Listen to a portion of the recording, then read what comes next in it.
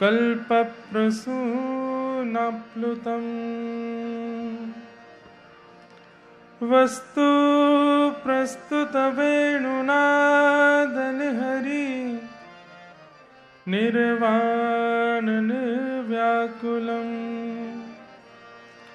स्रस्त स्रस्त निबद्धने विविलसद् गोपी सहस्राव्रतम्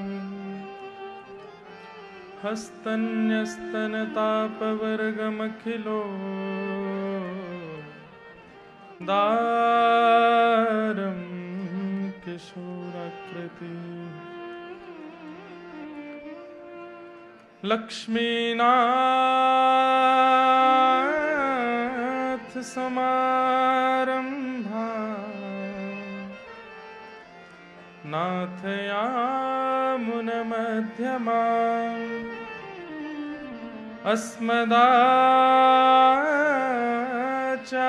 अस्मदाचार्यपर्यन्ता वन्दे गुरुपरम्परा। जय जय श्री राधारमण, जय जय नवल किशोर, जय गोपी चित चोर प्रभु, जय जय माखन चोर। हो तेरो संकट हरेंगी करेंगी भले वृषभानु की लले। तेरो संकट हरेंगी करेंगी भली वृषभानु की लले। हो तेरो संकट हरेंगी करेंगी भले वृषभानु की लले। तेरो संकट हरेंगी करेंगी भली वृषभानु की लले। हो तेरो संकट हरेंगी करेंगी भले वृषभानु की लले। संकट हरेंगी करेंगी भली वृषभानु की लली। ओ बरसाने वाली तू मेरी सहाय, बरसाने वाली तू मेरी सहाय। बरसाने वाली तू मेरी सहाय। बरसाने वाली तू मेरी सहाय। दीन दुखिन को निज दर्श कराए, दीन दुखिन को निज दर्श कराए। दीन दुखिन को निज दर्श कराए। दीन दुखिन को निज दर्श कराए। अरे मोको भी जानो तुम दीन दुखी वृषभानु की लली। मोको भी जानो तुम दीन दुखी वृषभानु की लली। हो तेरो संकट हरेंगी करेंगी भली वृषभानु की लली। तेरो संकट हरेंगी करेंगी भली वृषभानु की लली। कृष्ण पियारी सुन मेरी पुकार, कृष्ण पियारी सुन मेरी पुकार। कृष्ण पियारी सुन मेरी पुकार। कृष्ण पियारी सुन मेरी पुकार। जग सो छुड़ाए मोहे चरणन में डार। जग सो छोड़ाए मुहे चरणन में डार। जग सो छुड़ाए मोहे चरणन में डार। जग सो छोड़ाए मुहे चरणन में डार। तेरे महलन के हो तेरे महलन के तेरे महलन के कोने रहूं मैं पड़ी वृषभानु की लली। तेरे महलन के कोने रहूं मैं पड़ी वृषभानु की लली। वो तेरो संकट हरेंगी करेंगी भली वृषभानु की लली। तेरो संकट हरेंगी करेंगी भली वृषभानु की लली। वो तेरो संकट हरेंगी करेंगी भली वृषभानु की लली। तेरो संकट हरेंगी करेंगी भली वृषभानु की लली। हे राधा श्री राधा जो गावे। राधा श्री राधा जो गावे। राधा श्री राधा जो गावे। राधा श्री राधा जो गावे। कोटि जग बाधा कुपल में सुटारे। कोटि जन बाधा कुपल में सुटारे। अरे कोटि जग बाधा कुपल में सुटारे। कोटि जग बाधा कुपल में सुटारे। अरे दुष्टन के हाँ दुष्टन के हो दुष्टन के दल में मची खलबली वृषभानु की लली। दुष्टन के दल में मची खलबली वृषभानु की लली। ओ तेरो संकट हरेंगी करेंगी भली वृषभानु की लली। तेरो संकट हरेंगी करेंगी भली वृषभानु की लली। ओ राधा राधा ओ राधा राधा। श्री राधा राधा श्री राधा राधा। प्यारी राधा राधा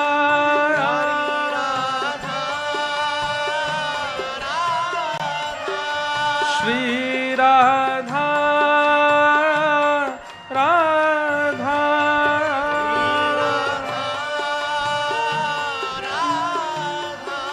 श्री राधा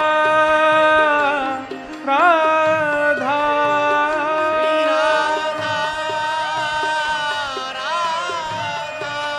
श्री राधा राधा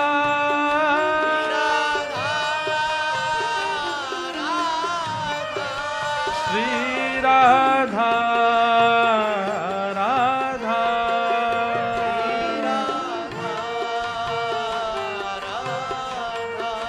श्री राधा राधा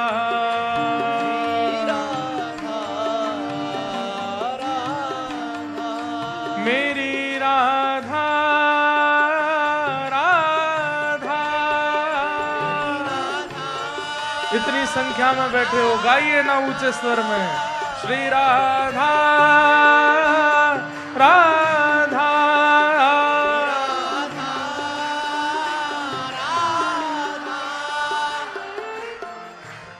मनोरंजन नहीं है ये आपको खुश करने के लिए या आपका मनोरंजन करने के लिए कथा नहीं होती। मनोरंजन होते हैं जो बड़े बड़े स्टेडियमों में गायक आते हैं, जहां आप टिकटें ले ले करके जाते हो, उल्टा सीधा खाते हो, पहनते हो, चप्पल पहन के बैठते हो, नाचते हो, वो मनोरंजन। ये मनोमंथन है, ये मनोरंजन नहीं है। यहाँ तो डूब के नेत्र बंद करके भुजा उठा के गाओ श्री राधा राधा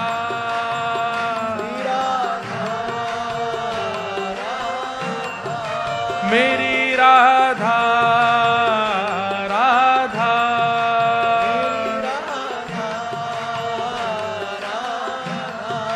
श्री राधा राधा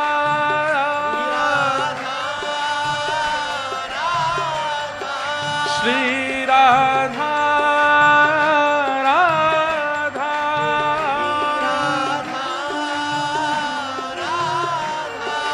प्यारी राधा राधा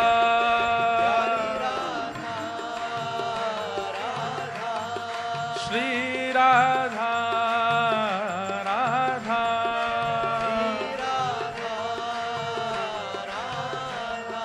श्री राधा राधा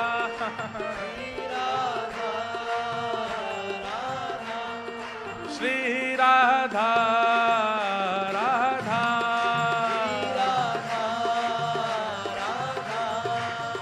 जय राधे राधे बोलो राधे राधे श्री राधे राधे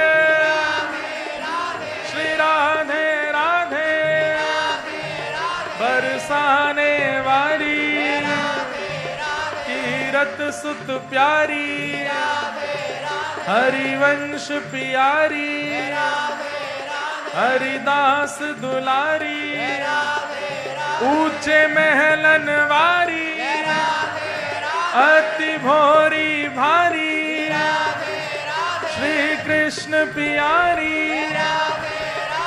हमारी प्यारी जय राधे राधे श्री राधे राधे राधे राधे श्री राधे राधे सब प्रेम से गाओ अरे भुजा उठा के प्रेम से गा के करताल बजा के जय राधे राधे श्री राधे राधे जय राधे राधे श्री राधे राधे जय राधे राधे श्री राधे राधे जय राधे राधे श्री राधे राधे जय जय राधे राधे राधे श्री राधे राधे राधे श्री राधे राधे राधे श्री राधे राधे ओ जय राधे राधे श्री राधे राधे जय राधे राधे श्री राधे राधे जय जय श्री राम जय जय श्री राम जय जय श्री राम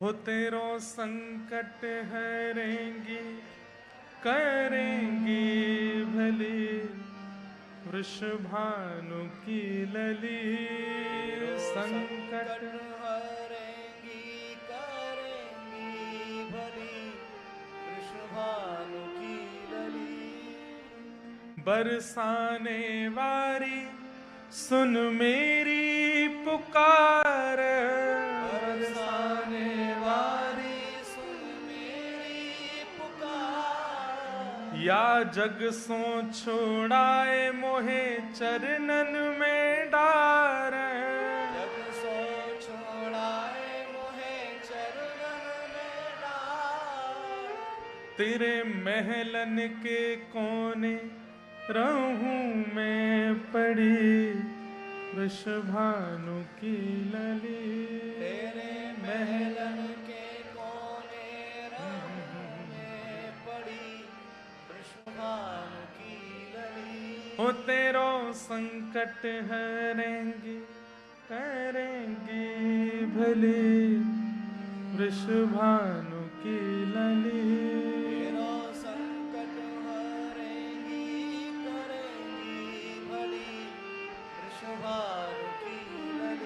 बोलो वृंदावन बिहारी लाल की, श्री राधा रमण लाल की, श्री राधा वल्लभ लाल की, गिरिराज धरण की, गोवर्धन नाथ की, श्याम सुंदर श्री यमुने महारानी की, 84 कोस ब्रजमंडल धाम की, रजरानी की, रस रानी की, महारानी की।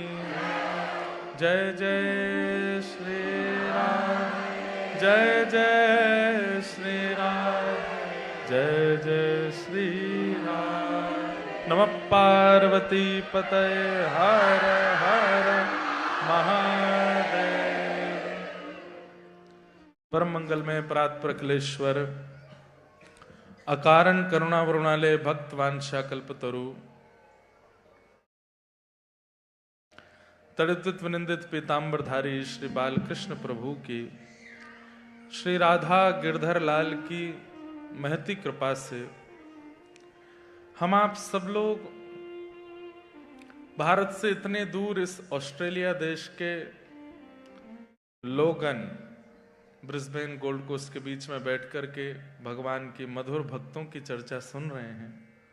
ये हमारा परम सौभाग्य है। विराजमान आप सभी श्रोता भाई बंधुओं को जय श्री कृष्ण, जय सिया राम, जय श्रीमन नारायण, जय जय श्री राधे। बड़े आनंद के साथ आज ये 2 दिन का सत्र विश्राम हो रहा है। लेंगे अभी रख लो। ऑस्ट्रेलिया वाले इतना प्रेम करते हैं हमसे, बस सब जगह ही करते हैं। अब तो भारत में सब जगह इतना स्नेह, इतना आशीष मिलता है। हमको बस लगता है कि इस स्नेह से कभी अभिमान ना आवे, बस ठाकुर जी में प्रेम बढ़ता रहे और ये सेवा जो कथा की हम कर रहे हैं ये चलती रहे। अगले वर्ष के लिए ये 1-1, 2-2 दिन के क्रम हम नहीं कर रहे हैं। अगले वर्ष ऑस्ट्रेलिया में 3 कथा हैं और तीनों कथा 7 दिन की।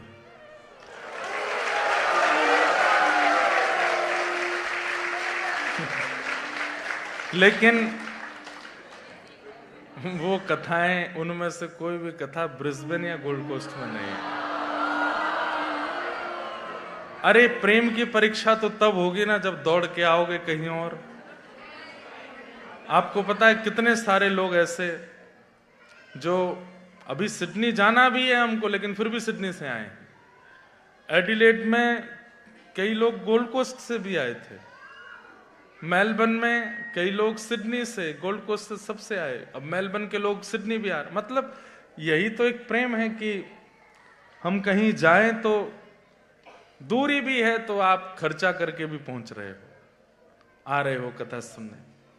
तो ये 2-2, 3 दिन के क्रम नहीं है। अगली बार 3 कथाएं और तीनों 7 दिन की। कहां होंगी ये तो बाद में पता चलेगा, लेकिन 3 कथा ही होंगी। लेकिन बीच में गोल्ड कोस्ट में आऊंगा और कथा कर पाएंगे कि नहीं ये तो नहीं पता, लेकिन हाँ थोड़ा एक मीट एंड ग्रीट आप लोगों से कहीं कर लेंगे, थोड़ा क्वेश्चन आंसर जैसा हो जाएगा, राधा नाम कीर्तन कर लेंगे। 1-1.5 घंटे का एक कार्यक्रम संभवतः कर सकते हैं। बाकी कथा का क्रम करेंगे कि नहीं ये भी ठाकुर जी जाने। हाँ क्या क्या कह रहे हैं? दिल टूट गया? नहीं, तोड़ने वाली बात क्या है। हम ऑस्ट्रेलिया तो आते हैं ना, यहाँ आ जाते हैं, यही बहुत बड़ी बात है। तो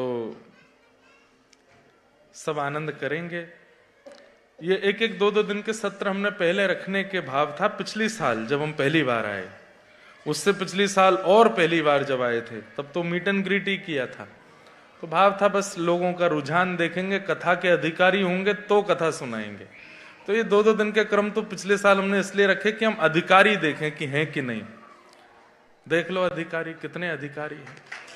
तो इसलिए इस साल फिर ये भाव बनाया कि अब 1-1, 2-2 दिन के सत्र नहीं, अब 7 दिन के अगली बार करेंगे, 3 कथा करेंगे। और उसमें सिडनी की कथा जो है, आज ही सुबह चर्चा हुई, 108 ब्राह्मण आएंगे भारत से, भागवत जी का पाठ करेंगे, अष्टोत्तर शत कथा होगी। पहली बार अष्टोत्तर शत कथा होगी, पहली बार ऑस्ट्रेलिया की धरती पर। और 108 ब्राह्मण सब ब्रज से आएंगे। कैसा लगेगा? पूरा हवाई जहाज भरा हुआ है ब्रजवासियों से। तो भक्तिपथ ऑस्ट्रेलिया के द्वारा 108 ब्राह्मण आएंगे। उन ब्राह्मणों का चयन अभी जाके कर लिया जाएगा, कौन कौन ब्राह्मण, सब पे पासपोर्ट हैं, सबके वीजा लगेंगे। फिर उसके बाद 30 ब्राह्मणों के ऊपर एक कोऑर्डिनेटर रहेगा। पता चली एग्जिट गेट ही खोल दिया हवाई जहाज का उड़ते ही। तो वो सब आएंगे, उनका भव्य स्वागत सिडनी एयरपोर्ट पर होगा। सब ब्राह्मण जन विराजेंगे और सुबह लगभग 6 बजे से 11 बजे तक संस्कृत में भागवत जी का पाठ चलेगा।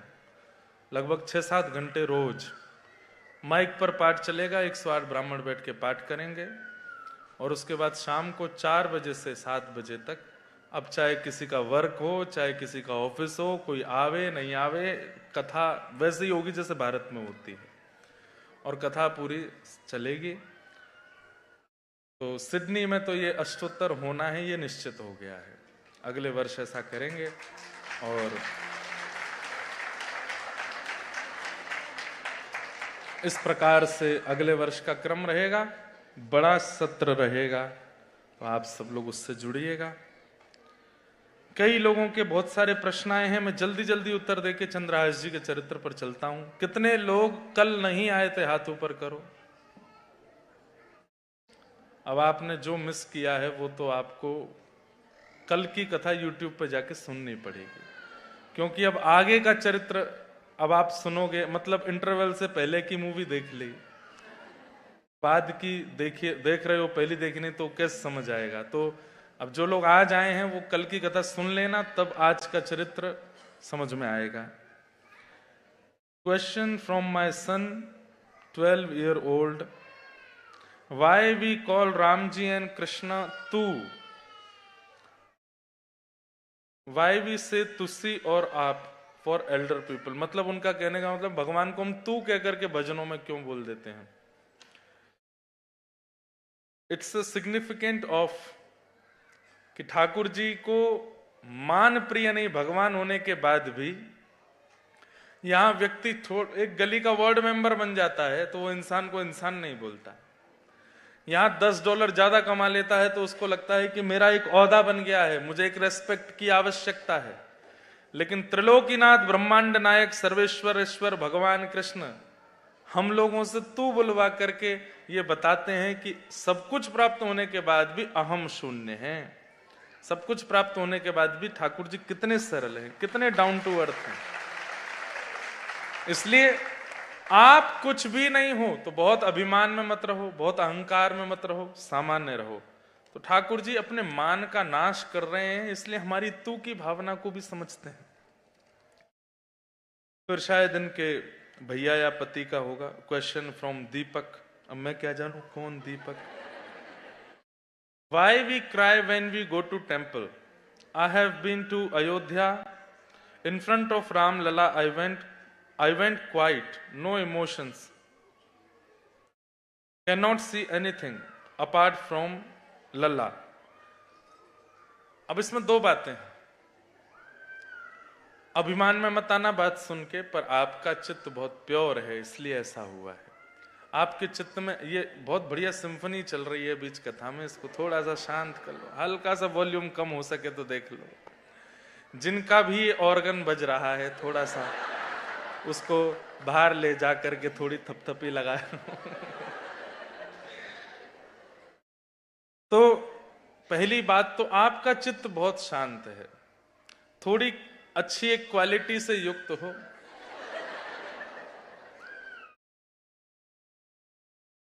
पंचम स्वर में क्या है वो, कोयल बोले, गूंगा बोले, क्या बोले, गूंगा, गूंगा बोले, पंचम स्वर में गूंगा बोले। क्या वो कौन सा भाव, कौन सा है वो? दर्शन दो घनश्याम नाथ मेरी अखियां प्यासी रे, उसमें कहते हैं पंचम स्वर में गूंगा बोले, आपकी कृपा हो जाए तो आपका चित्त बहुत पवित्र है, इसलिए ठाकुर जी के सामने देख के आपके नेत्र सजल हो रहे हैं। दूसरी बात, हो सकता है कि ठाकुर जी आपको देख रहे हैं इसलिए आपके नेत्र सजल हो रहे हैं। लाखों लोग जाते हैं राम जी को देखने, सबकी आंखों में जल तो नहीं आता। और तीसरी एक और बात लगती है, हमें नहीं पता होता कि हम कितने जन्म ले चुके हैं, पर हमारी सोल को पता है, हमारी आत्मा को पता है कि मैं कितनी भटक चुकी हूं। तो जिसके बहुत जन्म हो जाते हैं, भटक भटक के वो परेशान हो जाता है, उसको पता ही नहीं चलता कि वो मंदिर में जाके उसको हो क्या जाता। ठाकुर जी सामने खड़े हैं, हाथ शिविर करने लगते हैं, आंखों से आंसू, वो जो उसकी जीवात्मा अंदर जो उसका चित्त है वो रुदन करता है कि नाथ अब इसका अंत करो, ये मेरा अंतिम जन्म हो, हे प्रभु कितना और भटकाओगे मुझे। सूरदास जी गाते हैं, काम क्रोध को पहर चोलना, काम क्रोध को पहर चोलना किसको कहते हैं? कपड़े। ये जो हमारा शरीर है ये काम क्रोध का कपड़ा है। काम क्रोध, इसमें केवल दो ही चीज आती हैं, या तो इसकी इच्छा पूरी ना हो तो इसको क्रोध आता है, और दूसरा इसको काम आता है, तीसरा कुछ नहीं आता इस शरीर को। काम क्रोध को पहर चोलना, काम क्रोध को पहर चोलना, कंठ विषय की माल, कंठ विषय की माँ, अब मैं नाचो बहुत गोपाल, अब मैं नाचो बहुत नाच लिया नाथ संसार में, अब मुझे मुक्ति दो, अब मुझे आप चाहिए, मैं बहुत नाच लिया इस संसार में। तो व्यक्ति को नहीं पता होता पर उसकी आत्मा को पता होता है। जब वो ठाकुर जी के सामने जाती है, देख करके रोने लगती है कि नाथ बस अब बस कीजिए, भले ही सब कुछ है मेरे पास, पर फिर भी मैं रो के प्रार्थना कर रहा हूं कि मुझे अब आप चाहिए और कुछ नहीं। इसलिए किन्हीं का प्रश्न है कि हम दीक्षा गुरु मंत्र नहीं लिया है तो क्या हम राधा कृष्ण की भक्ति नहीं कर सकते? खूब कर सकते हो, खूब अच्छे से कर सकते हो। हमारा नाम लेना, हमारा भाव श्री राधा कृष्ण तक पहुंचेगा? कृपया मार्गदर्शन करें। पहुंच तो जाएगा, उसमें कोई ऐसा दिक्कत नहीं है। कई ऐसे संत चरण हुए हैं जिन्होंने दीक्षा नहीं ली है। दीक्षा का मूल क्या अर्थ होता है? दिशा। हम किसी आचार्य से दिशा ले रहे हैं, ऐसा हो ही नहीं सकता कि आपने दीक्षा नहीं ली और आप केवल ठाकुर जी के नाम गाने में रुचि रखने लगे। किसी को तो सुनते हो, किसी की आज्ञा तो मानते हो, किसी की कथा से प्रभावित तो होते हो, किसी के प्रवचन से तो इन्फ्लुएंस होते हो, और वो सुनकर के करने लग जाते हो, अपने चित्त में उतारने लग जाते हो। वो दिशा है, वही दीक्षा है। लेकिन कोई ऐसा होता है कि उसके मन में होता है कि मेरे मन को तो दिशा मिल गई, अब ये तन भी इनका ही हो जाए, वो दीक्षा ले लेता है और दीक्षा दिशा दोनों से फिर भगवत प्राप्ति करता है। पर अब इसमें एक बात, व्यक्ति ने विवाह नहीं किया लेकिन जीवन भर किसी को अपना पति माना, उसके लिए तो वही उसका पति है, या उसके लिए तो वही उसकी पत्नी है जीवन भर जिसको उसने माना, पर पूरे विश्व को तो तब पता चलेगा जब विवाह होगा। ठीक वैसे ही आप बिना दीक्षा के यदि ठाकुर जी से कोई संबंध मानते हैं तो आपके लिए आप तक वो संबंध है, पर समस्त देवी देवताओं को, समस्त योगनियों को, मायाओं को, पूरे विश्व को और विश्व के सब कर्म बंधनों को या जो भी कष्ट आते हैं उन सबको पता तो चल जाए कि हाँ आप रिजर्व्ड हो, उसके लिए दीक्षा होती है। क्योंकि दीक्षा के बाद आपको तिलक मिल जाता है, दीक्षा के बाद आपको नाम मिल जाता है, दीक्षा के बाद आपको नियम मिल जाता है, और दीक्षा के बाद एक दिशा दिखाने वाला सारथी मिल जाता है।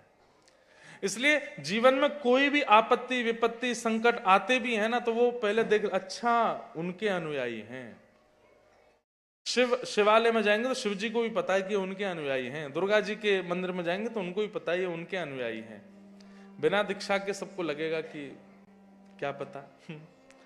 अब थोड़ी अटपटा है उदाहरण, लेकिन सुन लो।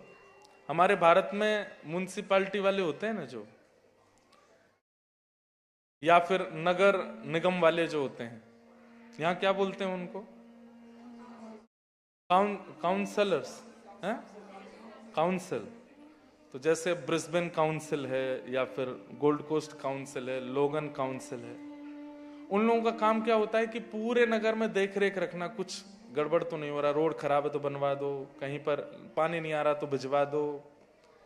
ऐसे हमारे भारत में एक चलता है कि कुत्ते बहुत हो जाते हैं कई बार, तो उनको इकट्ठा किया जाता है। हमारे वृंदावन में बंदर इकट्ठे करते हैं, इतने बंदर हो जाते हैं। लेकिन जब वो देखते हैं कि किसी कुत्ते के गले में फंदा है, उसको नहीं लेके जाते। क्यों? किसी का पालतू है। ठीक वैसे यमराज जी जो हैं इस पृथ्वी के काउंसलर हैं। कभी कभी वो अपने गणों को भेजते हैं, जाओ जो भी एक्स्ट्रा पड़े हैं उठा के लाओ उनको या फिर जो भी उल्टे सीधे काम कर रहे हैं इनको सबको लेके आओ यहां पर। लेकिन कह देते हैं क्या? देखना, जिसके माथे पर उर्धपुंड हो, गले में कंठी माला हो, जिह्वा पर कोई मंत्र हो, उसको मत लेके आना। क्यों? वो किसी का हो चुका है, वो किसी का है, उसको मत लेके आना। वो ठाकुर जी के धाम जाएगा, वो ठाकुर जी के चरणों में जाएगा, उसको मत लेके आना। जिह्वान वक्ति भगवत गुणनाम धेयम चेतश्चन स्मरति तच्चरणारविंदम कृष्णाय नो नमत यत् सिर एकदापि।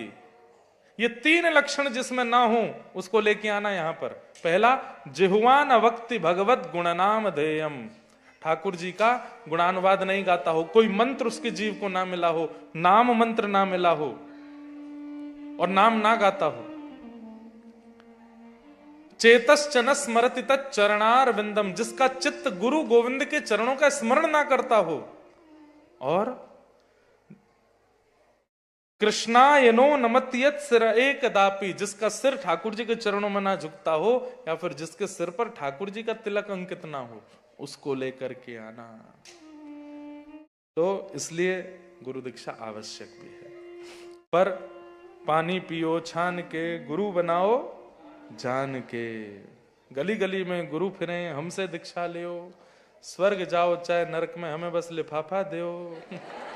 इसलिए थोड़ा ध्यान रखो। अच्छा, गुरु किसको बनाना चाहिए? प्रभावशाली को नहीं, स्वभावशाली, जिसकी वाणी, जिसकी उपस्थिति, जिसका मुख, जिनके वाक्य मेरे हृदय को झकझोर देते हों, मुझे सुधारने पर मजबूर कर देते हों, मेरे नेत्रों को सजल कर देते हों, वो मेरे गुरु हैं। जो मुझे कृष्ण के और समीप ले जाते हों, वो मेरे गुरु हैं। ऐसे दीक्षा लो। कलयुग में भगवान की कृपा प्राप्त करने का सबसे सरल एवं सबके लिए संभव मार्ग क्या है? भागवत जी में कहते हैं,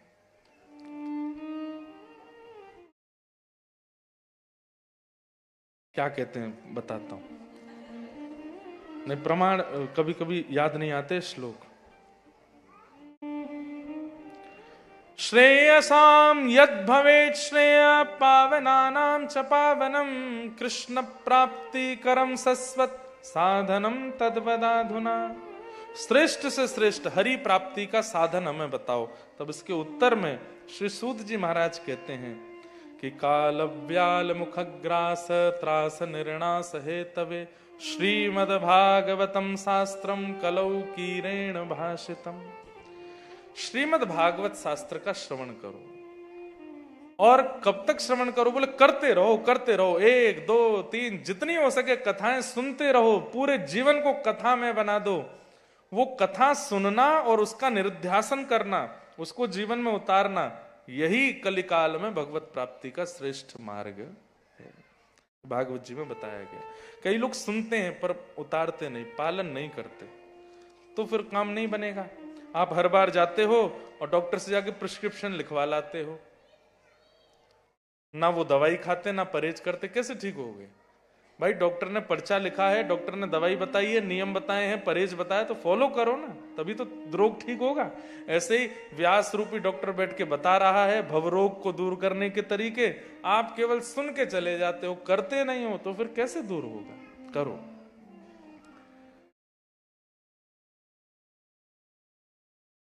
और क्या है, अगर मैं कभी मौन रखती हूं तो फिर भी बोलने की बहुत इच्छा होती है। यह बोलने की इच्छा कैसे खत्म है?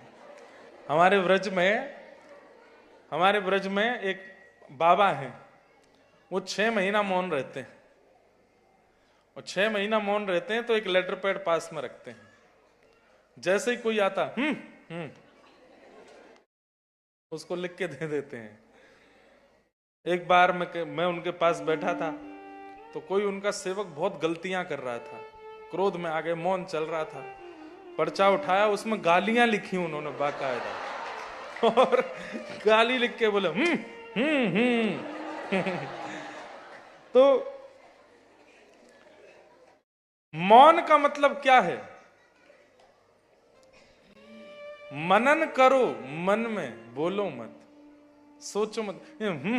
करना भी ये मौन नहीं होता। मौन का मतलब पूर्ण साइलेंट रहिए, केवल ठाकुर जी। मौन किस लिए रहा जाता है? कि हम ठाकुर जी का स्मरण कर रहे हैं शांत रह करके, इसलिए मौन रहना। ये मौन कोई नियम में नहीं होता कि ठीक है मौन बैठे हैं लेकिन हंस भी रहे हैं, ठिठोले भी कर रहे हैं, व्हाट्सएप पे ये मैसेज भी कर रहे हैं, इंस्टाग्राम भी चला रहे हैं, फेसबुक भी चला। मौन किस लिए होता है? कि एकांत में रह के थोड़ी देर ठाकुर जी का मनन करो, इसलिए मौन है। आपकी बोलने की इच्छा इसलिए हो रही है क्योंकि आप ठाकुर जी का स्मरण नहीं कर रहे हो।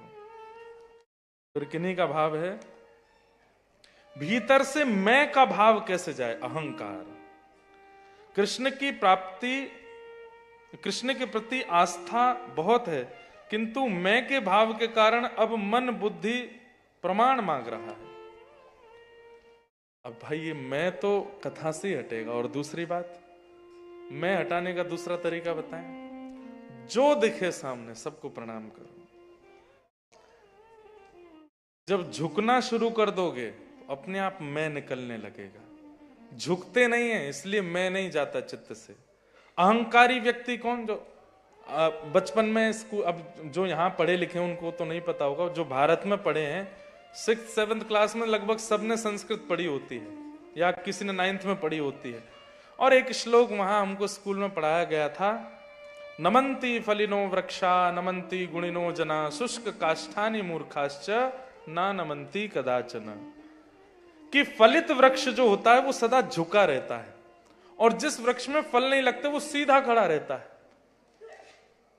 ऐसे ही जो गुणवान है, जो योग्य है, वो झुकना जानता है, और जो अवगुणों से युक्त है वो सीधा खड़ा रहता है। लेकिन याद रहे, तूफान जब आता है तो झुका हुआ वस्त्र बचे, झुका हुआ पेड़ बच जाता है, और सीधा खड़ा पेड़ सीधा ही गिरता है।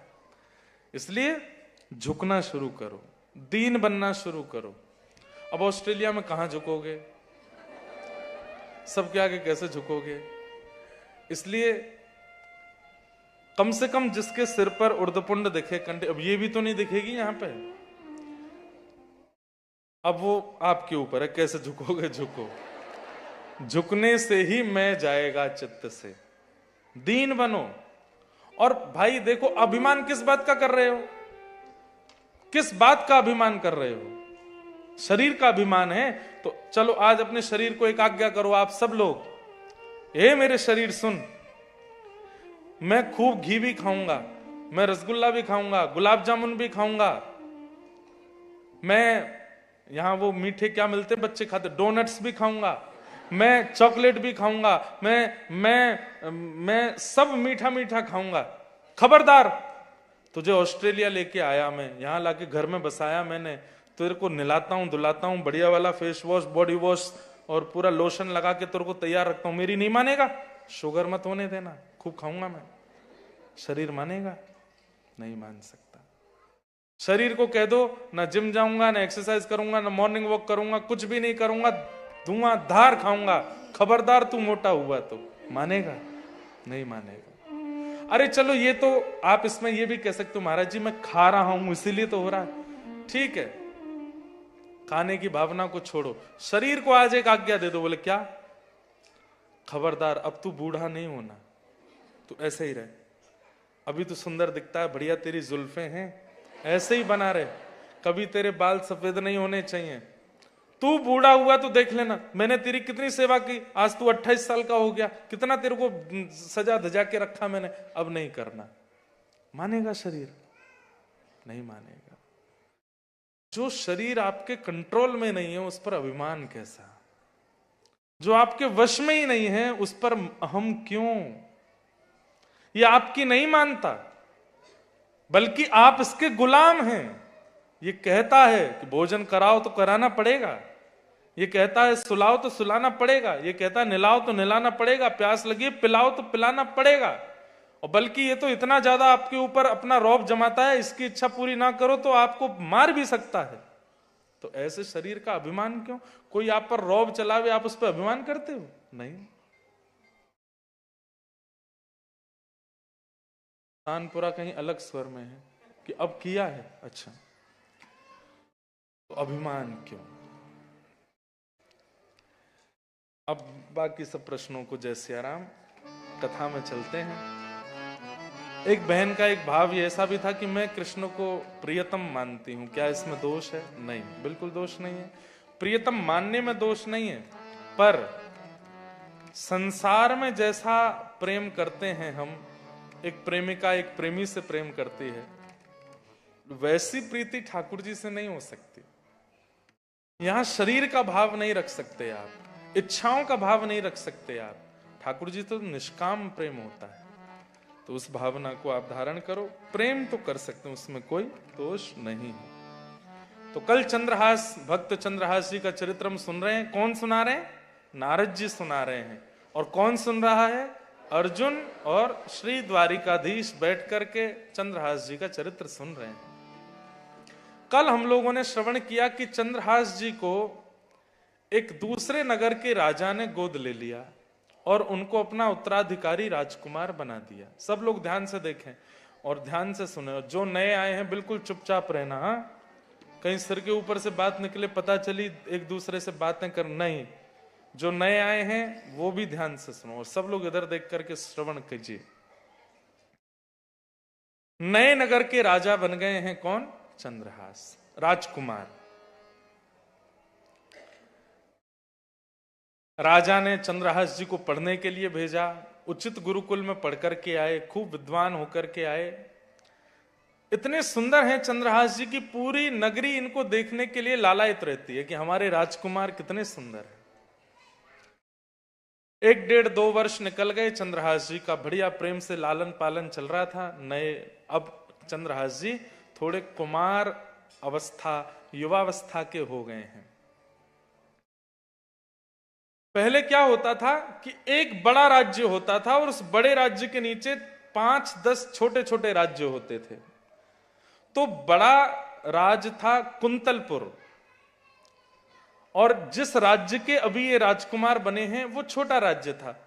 तो छोटे राज्यों का एक नियम होता था कि साल भर का जितना भी कर होता था, टैक्स, वो इकट्ठा करके बड़े राज्य के राजा को दिया जाता था।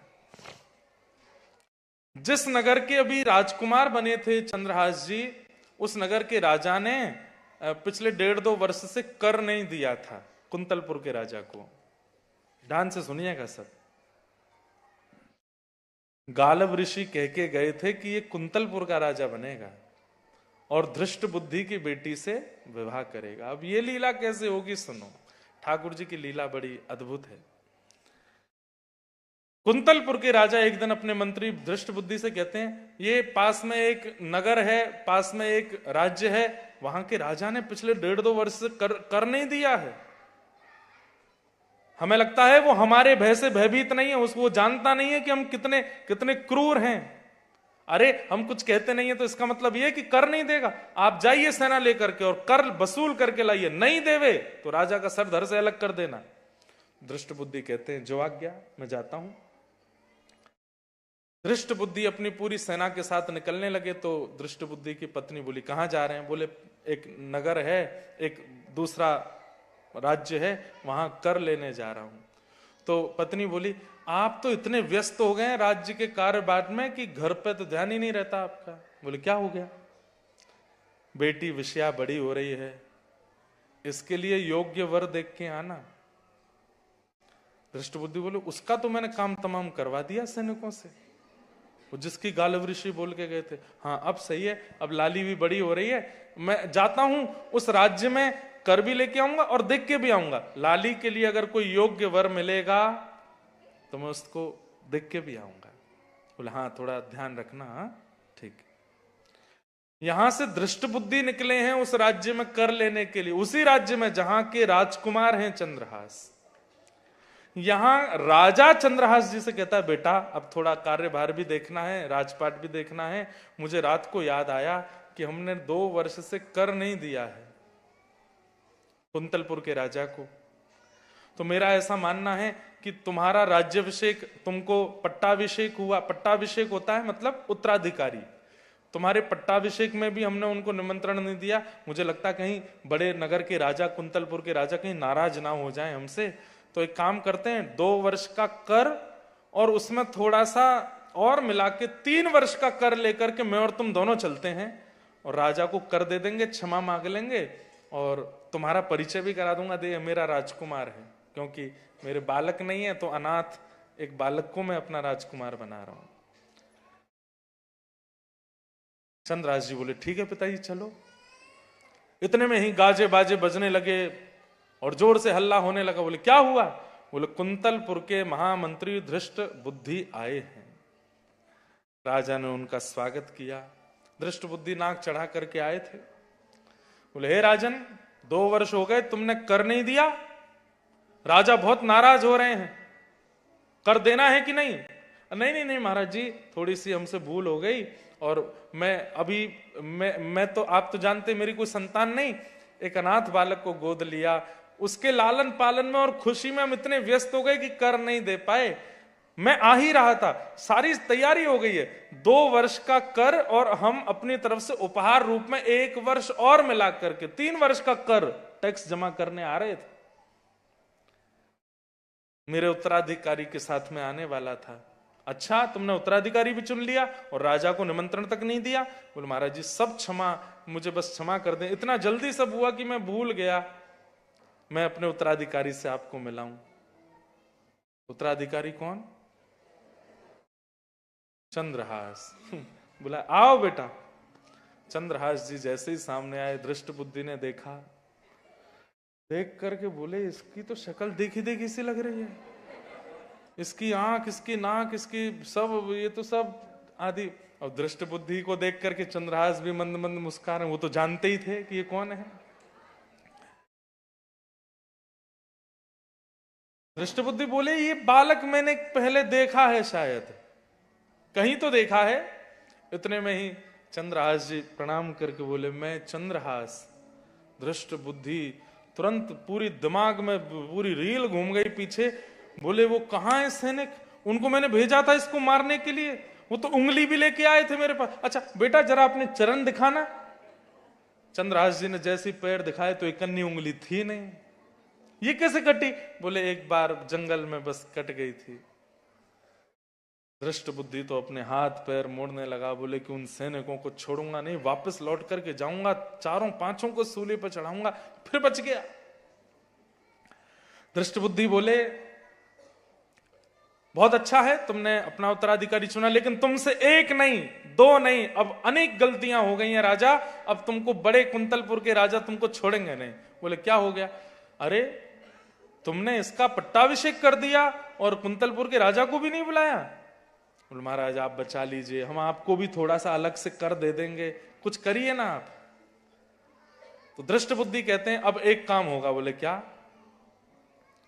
मैं यहां कर गिनवाने में रखता हूं, बाकी इसमें विलंब नहीं करना है, इसको आज ही कुंतलपुर भेजो।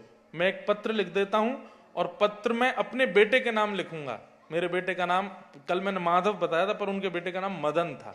मदन, मदन के नाम एक पत्र लिख देता हूं। और सब लोग इधर देखो, ध्यान से सुनो, इधर देखो, यहां देखो। मदन के नाम एक पत्र लिख देता हूं और चंद्रहास तुम सीधे कुंतलपुर जाना, मेरे पुत्र मदन से मिलना। मैं पत्र में लिख दूंगा, वो बात संभाल करके तुमको राजा के पास ले जाके तुम्हारा परिचय करा देंगे कि ये दूसरे नगर का राजकुमार है, तो सब ठीक हो जाएगा। बोले ठीक है।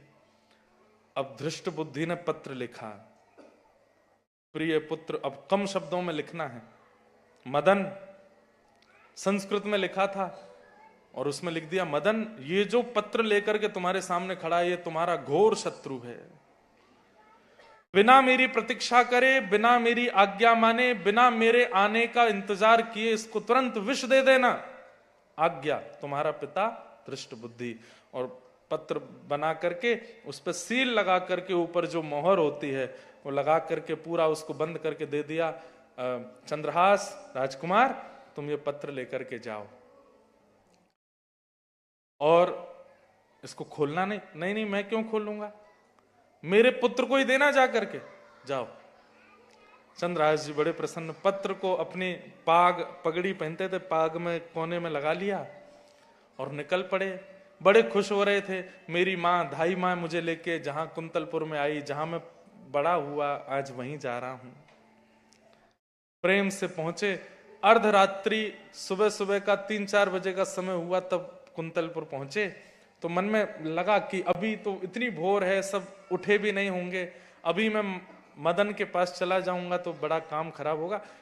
ये बगीचा है, यहाँ देवी का मंदिर है, थोड़ा यहीं स्नान ध्यान करके थोड़ा आराम कर लेता हूं।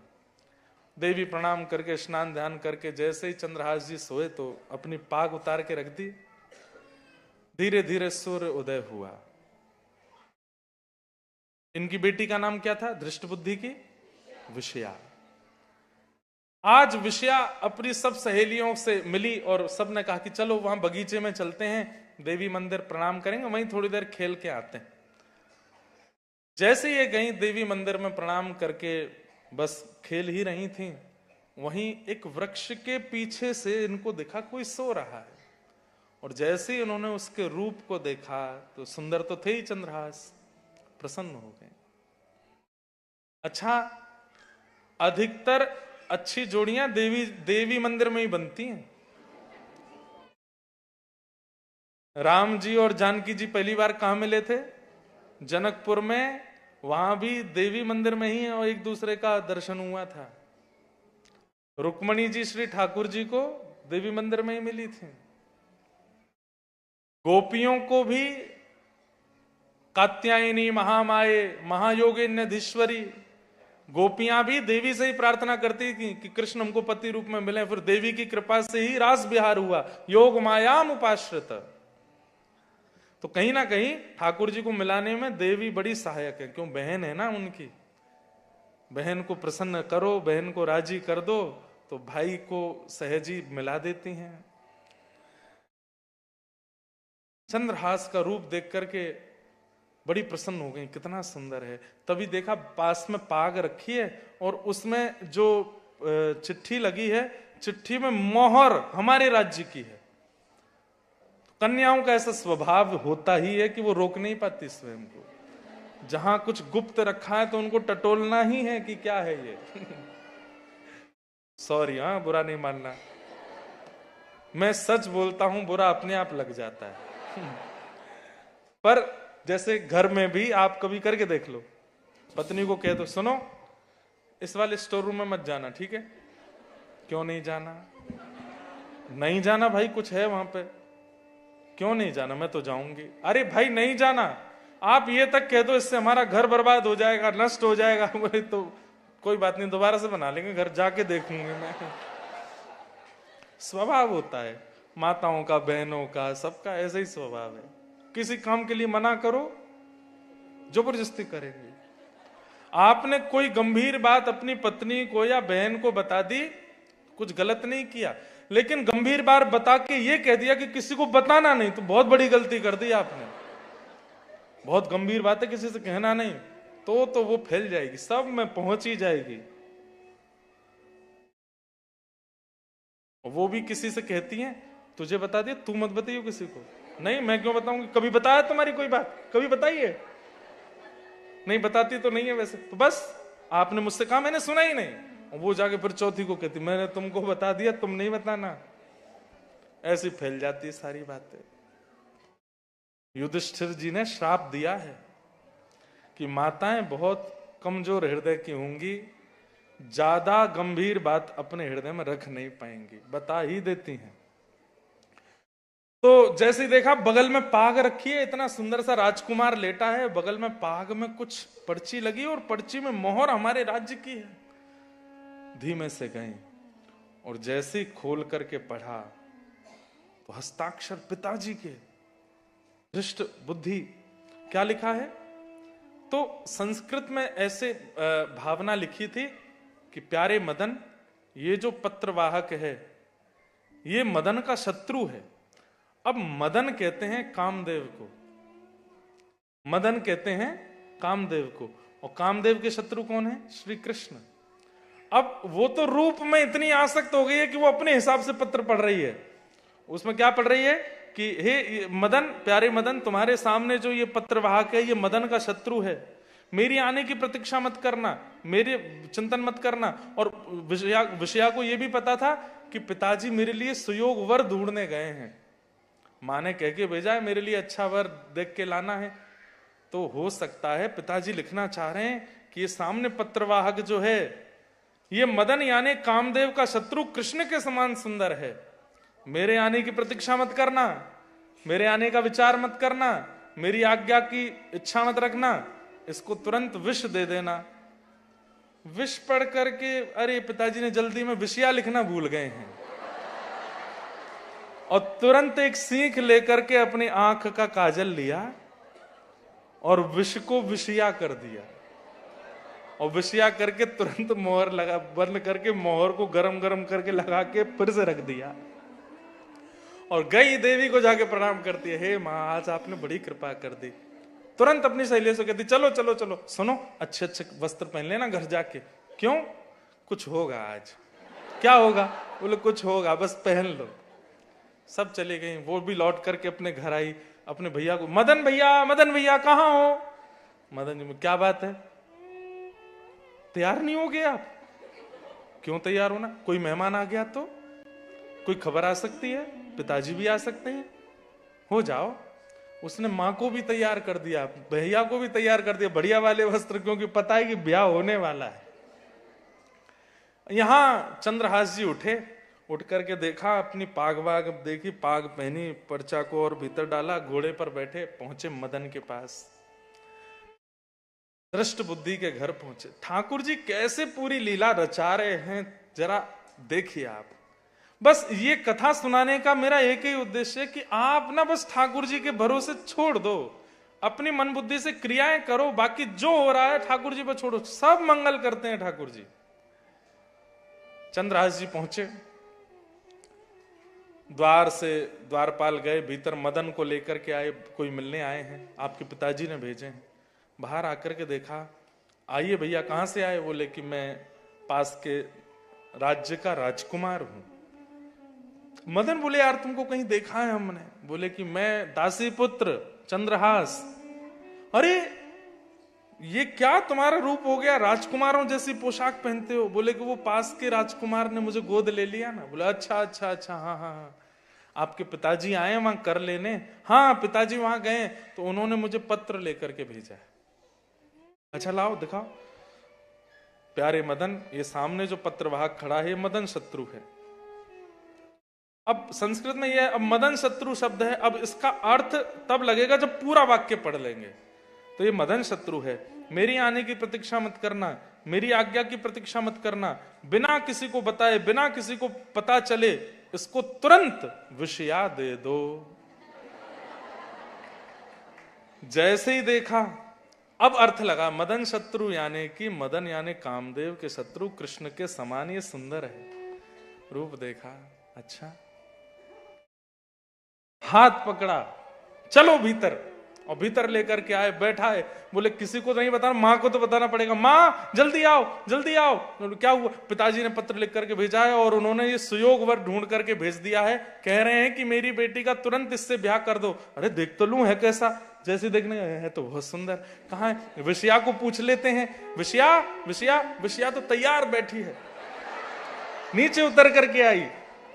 हाँ माँ, एक सुंदर लड़का आया है, तू देख ले एक बार। पिताजी ने कहा तुरंत झट मंगली पट्ट ब्याह होना है, देव विधि से ब्याह होगा।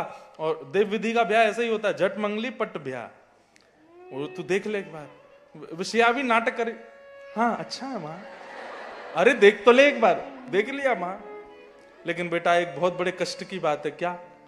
पिताजी तेरे विवाह में सम्मिलित। कोई बात नहीं माँ, रहने दो, कोई बात नहीं, आप तो कराओ बस। यहां चंद्रहास जी कह रहे हो क्या रहा है? अब मदन सोच रहा है कि ब्राह्मण को तो बुला के लाऊं, ब्याह कौन कराएगा। मदन जैसे ही अपने राजभवन से बाहर निकला, इतने में गालव ऋषि आ गए वहां पर, जो ये सारी रचनाएं बता के गए थे। अरे महाराज जी आप भले पधारे, पिताजी ने पत्र लिख करके भेजा है और कह दिया ये सुयोग वर है, मेरी आने की प्रतीक्षा मत करो, तुरंत ब्याह करा दो। आप जरा बताइए कैसे होगा। गालव ऋषि भीतर आए। बोले देखो मदन, तुम्हारी बहन की कुंडली देखी है मैंने, और इस समय जो समय चल रहा है इसके अनुसार 1 घड़ी यानी कि 24 मिनट के अंदर तुम्हारी बहन का ब्याह हो जाना चाहिए, नहीं तो 24 साल तक इसके ब्याह का योग नहीं है। इतने में तुम, मेरे पति तो आए नहीं। बोले उनको आने छोड़ो, दोनों दंपति का आशीर्वाद दिलवा देना बस। बोले 24 मिनट में कैसे होगा? गालव ऋषि बोले तुम मंत्री के पुत्र हो, तुम्हारे लिए क्या है, मैं बस सामग्री का नाम बोलता जाऊंगा, देते जाना। बोले ठीक है महाराज बैठो। अब चंद्रहास कहने लगे मेरे माता पिता तो दूसरे नगर में, मैं उनको बिना बताए ब्याह कैसे कर लूं।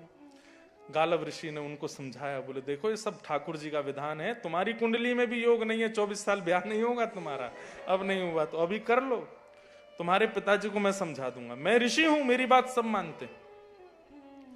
यहां महाराज बैठे हैं और यहां नारद जी कथा सुना रहे हैं। ठाकुर जी था के मार मार के हंस रहे हैं, ताली बजा रहे हैं। बोले हो गया ब्याह, हो गया ब्याह। अर्जुन कह रहे हैं ये स्क्रिप्ट राइटर तो आप ही हो, ये सब आप ही करो, फिर इतना खुश क्यों हो रहे? बोले कि मेरे भक्तों का चरित्र सुनकर मैं बड़ा प्रसन्न होता हूं। और 24 मिनट के अंदर फेरे हो गए, सिंदूरदान हो गया, माता पिता के सब हो गए, पाणिक ग्रहण संस्कार। मां ने बैठ करके वो गालव ऋषि बोले तुम्हारा बाम हाथ है मां का हाथ और दाहिना हाथ है पिता का हाथ, तो बाम हाथ से दायां हाथ स्पर्श करके वो कर दो, इनका कन्यादान कर दो, हो जाएगा। करा दिया। 24 मिनट में ब्याह हो गया, फेरे आदि सब पड़ गए, भामर पड़ गए, सब जगह हो गए। माता जी से आशीर्वाद ले लिया, भैया ने गले लगा दिया। गालव ऋषि ने दोनों को चिर सौभाग्यवती रहो, घोषणा करता हूं। क्या? ए मदन, तेरी बहन ने जिस वर्ग के आज ब्याह किया है इसके जीवन में 2 लक्षण आएंगे। बोले 3 लक्षण आएंगे। क्या?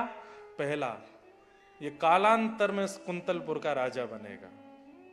दूसरा, तुम्हारे जीजा जी अजर अमर रहेंगे, कभी मरेंगे नहीं, मतलब तुम्हारी बहन जो है इसका सौभाग्य अजर अमर रहेगा, कभी विधवा नहीं होगी। और तीसरा, इसको साक्षात शंख चक्र गदा पद्मधारी साक्षात भगवान का प्रत्यक्ष दर्शन होगा। ये मेरी आशीर्वाद, ये आशीर्वाद में दिया गालव ऋषि ने। चंद्रहास जी तो रोने लगे। बोले ऐसा आशीर्वाद मिल जाए तो क्या करें। अब ब्याह तो हो ही गया। मदन ने पूछा महाराज नगरवासियों का क्या करें? क्या अब तो बता दो सबको। बोले कि योग था इसलिए हमने कर दिया, किसी को बताया भला नहीं, रिश्तेदार नातेदार नगरवासी सबको बताओ अब तो। मदन ने जाके महाराज पूरे नगर में लड्डू बंटवा दिए। बोले क्या हुआ? बोले हमारी बहन जी का ब्याह हो गया है। बोले अरे बताया नहीं? बोले कि वो ऐसा योग था कि करना पड़ा। अब एक दिन पिताजी लौट के आ जाएंगे तो उसके बाद बड़ा कार्यक्रम दावत करेंगे सबको बुला करके। अब तो सब लोग मैं बड़े खुश हूं, मैं वाह भैया बड़ा आनंद हुआ। यहां 2 दिन बाद दृष्ट बुद्धि, उनका कर गिनाई जो हो रही थी वो पूरी हो गई। और यहां वो राजा बोले मेरा पुत्र लौट के नहीं आया, तो मनी मन धृष्टबुद्धि बोले आएगा भी नहीं। अब तक तो जहर दे दिया होगा मदन ने उसको विष दे दिया होगा। ठीक है मैं निकलता हूं, वहां भेजता हूं फिर आपके पुत्र को। हाँ ठीक। ये निकले, बड़े प्रसन्न होते जा रहे थे। बोले बहुत बार बच के निकल गया, अब कोई बार नहीं बचा होगा। जैसे ही नगर में प्रवेश किया तो नगर के प्रथम चौराहे पर ही कुछ लोग बैठे थे। धृष्टबुद्धि सेना के साथ आए तो बधाई हो महाराज, महामंत्री जी बधाई हो। काय बात की बधाई? कितना सुंदर वर मिला है आपकी बेटी को। हम तो देखने गए थे कल, बिल्कुल ऐसा लगता है कि वृंदावन के गोपाल जी ही आ गए आपकी पुत्री का ब्याह करने। कितने सुंदर। क्या बोलते हो? हाँ ब्याह हो गया ना विषया का। कब? बोले वो हमको पता है, आपने पत्र में लिख के भेजा था, मेरी प्रतीक्षा मत करना। धृष्टबुद्धि बोले ये क्या हो रहा है? दौड़े, गालव ऋषि भी घूम रहे थे वहीं पे। महाराज जी प्रणाम। सौभाग्यवती, जाओ। पहुंचे तो महाराज द्वार पर पत्नी खड़ी है, बगल में मदन खड़ा है, इस तरफ विषया खड़ी और विषया के बगल में चंद्रहास खड़े। जैसे ही आकर के देखा चंद्रहास को, तुरंत मदन का हाथ पकड़ा। तूने पत्र नहीं पढ़ा था? पढ़ लिया था पिताजी, जैसा आपने कहा बिल्कुल वैसा किया। क्या कहा था मैंने? क्या कहा था मैंने? आपने ही तो कहा था पिताजी मेरी प्रतीक्षा मत करना, मेरे आने का वो मत करना, और मेरी विषया को इसको दे देना। हमने कर दिया ब्याह, गालव ऋषि पढ़ा करके गए, विषया का ब्याह हो गया। बोले हाँ पिताजी सब हो गया, फेरे हो गए, भामर पड़ गए, सिंदूर दान सब हो गया, हमारी बहन का ब्याह हो गया। देखिए ना कितने प्यारी जीजा जी। धृष्टबुद्धि देख रहे हैं। चंद्रहास जी बोले ससुर जी प्रणाम। धृष्टबुद्धि तो बेहोश होके गिर पड़ा। ये क्या हो गया? ये क्या से क्या हो गया? क्या से क्या नहीं हुआ? हे मारा गिरधर लाल, थारो नचायो नाचू रे। मारा गिरधर लाल, हे मारा नट राजा, थारो नचायो नाचू रे। मारा नट राजा, थारो नचायो नाचू। ओ मैं तो थारो नचायो नाचू, मैं तो थारो नचायो नाचू। मैं तो थारो नचायो नाचू, मैं तो थारो नचायो नाचू। हे मारा गिरधर लाल, थारो नचायो नाचू रे। मारा गिरधर लाल, थारो नचायो नाचू रे। ओ इसका मतलब नचायो नाचू मतलब डांस करना नहीं है। ये जो संसार में हम नाच रहे हैं, ठाकुर जी हमको कठपुतली बना के नचा रहे हैं और हम नाच रहे हैं। पर कभी कभी हम लोग अपनी बुद्धि लगाने लगते हैं। ठाकुर जी तो कहते हैं पाम उठाओ, लेकिन हम हाथ उठाने लगते हैं। कठपुतली अगर हमारे इशारे पर ना नाचे, अपने आप नाचने लगे तो पता क्या होता है? कठपुतली वाला रस्सी काट देता है। ये कठपुतली काम की नहीं है। हम पैर उठा रहे हैं, हाथ उठा रहे हैं, ये कुछ और उठा रहे हैं। ऐसे ही ठाकुर जी की इच्छा तो कुछ है, लेकिन हम अपनी इच्छा जोड़ करके कुछ भी करने लगते हैं तो ठाकुर जी भी अपने आप ही कर ले। इसलिए अपने आप नहीं, अपनी बुद्धि का क्रम करो, मेहनत करो, परिश्रम करो, पर फल में जो मिले उसको स्वीकार करो। नाथ ओ मैं तो थारो नचायो नाचू, मैं तो थारो नचायो नाचू। हे मारा ओ मारा, हे मारा गिरधर लाल, थारो नचायो नाचू रे। मारा गिरधर लाल,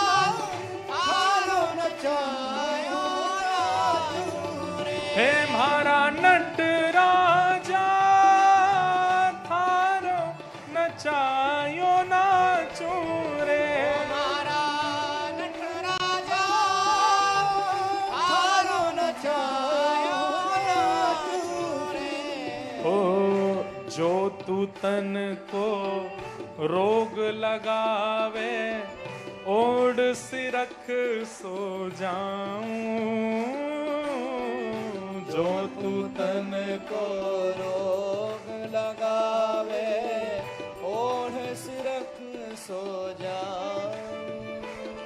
ओ जो तू काल रूप बन आवे जो तू काल रूप बन आवे हाँ जो तू काल रूप बन आवे जो तू काल रूप बन आवे ओ मैं लपक गोद में आऊं हाँ हे मारा ओ मारा गिरधर लाल थारो नचायो नाचू रे मारा गिरधर लाल थारो नचायो नाचू रे हे मारा गिरधर लाल थारो नचायो नाचू रे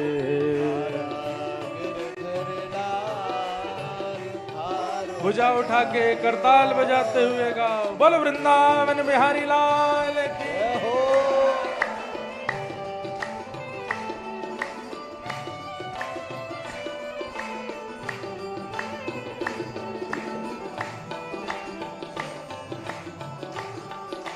जय साईं मां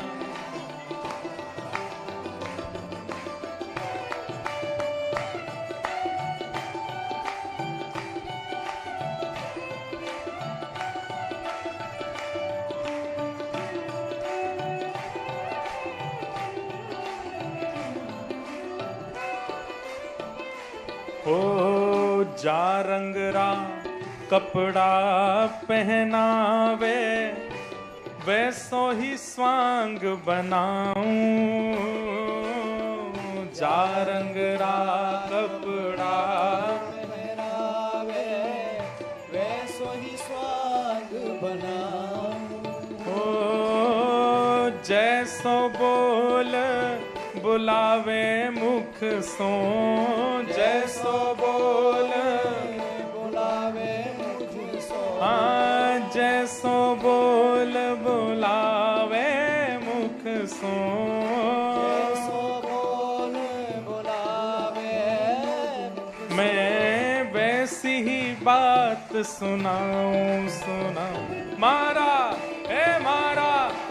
मारा गिरधर लाल थारो नचायो नाचू रे मारा गिरधर लाल थारो नचायो नाचू रे हे मारा गिरधर लाल थारो नचायो नाचू रे मारा गिरधर लाल थारो नचायो श्री गोवर्धन नाथ की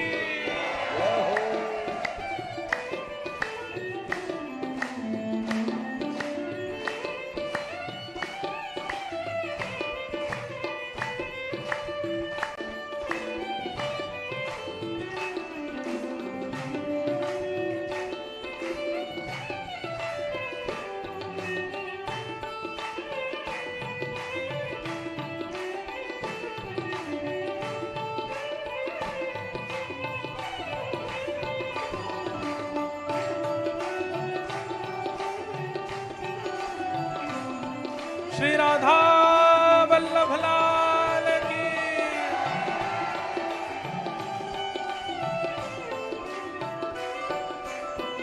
और घर का प्राणी कहा ना माने मन मन खुशी मनाऊं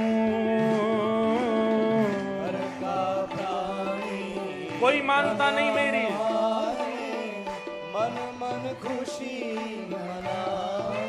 ओ घर का प्राणी कहाँ ना माने, मन मन खुशी मनाऊं। घर का प्राणी कहाँ न माने, मन मन खुशी मनाओ। ओ थारे इस मंगल विधान में, तारे इस मंगल विधान में, ओ थारे इस मंगल विधान में, तारे इस मंगल विधान मैं काहे टांग अड़ाऊं अड़ाऊं। मारा ए मारा ओ मारा गिरधर लाल, थारो नचायो नाचू रे। हमारा गिरधर लाल, तारो नचायो नाचो ए रे। मारा नटराजा, थारो नचायो नाचू रे। हमारा नटराजा, तारो नचायो नाचो रे। उल्टा सुलटा जो कछु कर ले, मंगल रूप लखाऊं। उल्टा जो चाहो हमारे साथ कर लीजिए। कर ले मंगल बनाओ। ओ थारी मन चाही में प्यारे, थारी मन चाही में प्यार, हाँ थारी मन चाही में प्यारे। थारी मन चाही में प्यार, मैं अपनी चाह मिलाऊं मिलाऊं। मारा हे मारा ओ मारा हे मारा ओ मारा गिरधर लाल, थारो नचायो नाचू रे। गिरधर लाल, तारो नचायो नाचो रे। हे मारा नटराजा, थारो नचायो नाचू रे। हमारा गिरधर लाल, तारो नचायो नाचो। गोविंद बोलो हरि गोपाल बोलो, गोविंद बोलो हरि गोपाल बोलो, श्री राधा रमण हरि गोविंद बोलो। राधा रमण हरि गोविंद बोलो, गोविंद बोलो हरि गोपाल बोलो। गोविंद बोलो हरि गोपाल बोलो, हे गोविंद बोलो हरि गोपाल बोलो। गोविंद बोलो हरि गोपाल बोलो, श्री राधा रमण हरि गोविंद बोलो। राधा रमण हरि गोविंद बोलो, श्री राधा रमण हरि गोविंद बोलो। राधा रमण हरि गोविंद बोलो। हे मारा हो मारा हे मारा गिरधर लाल, थारो नचायो नाचू रे। हमारा गिरधर लाल, तारो नचायो नाचो रे। मारा नटराजा, थारो नचायो नाचू रे। हमारा नटराजा, तारो नचायो नाचो रे। ओ मैं तो थारो नचायो नाचू, मैं तो थारो नचायो नाचो रे। ओ मैं तो थारो नचायो नाचू। तो तारो नचायो नाचो रे। हे मारा ओ मारा हे मारा गिरधर लाल, थारो नचायो नाचू रे। हमारा गिरधर लाल, तारो नचायो नाचो रे। हे मारा गिरधर लाल, थारो नचायो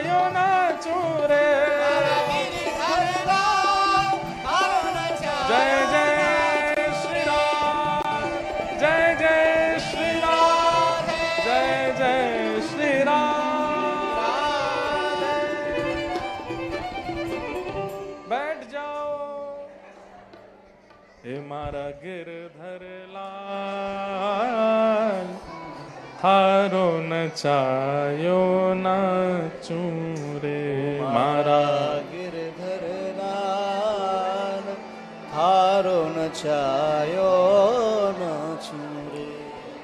बस समर्पण और धैर्य,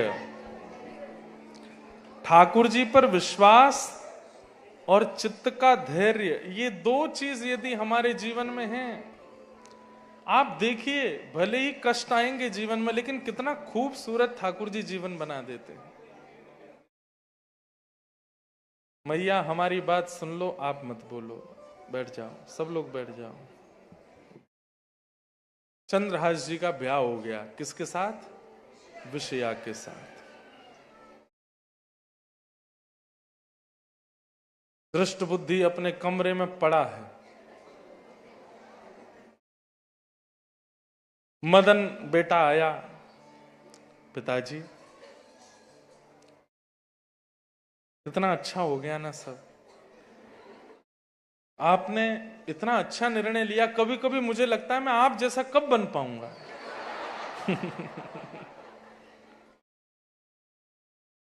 दृष्ट बुद्धि बोले बेटा बनेगा जरूर,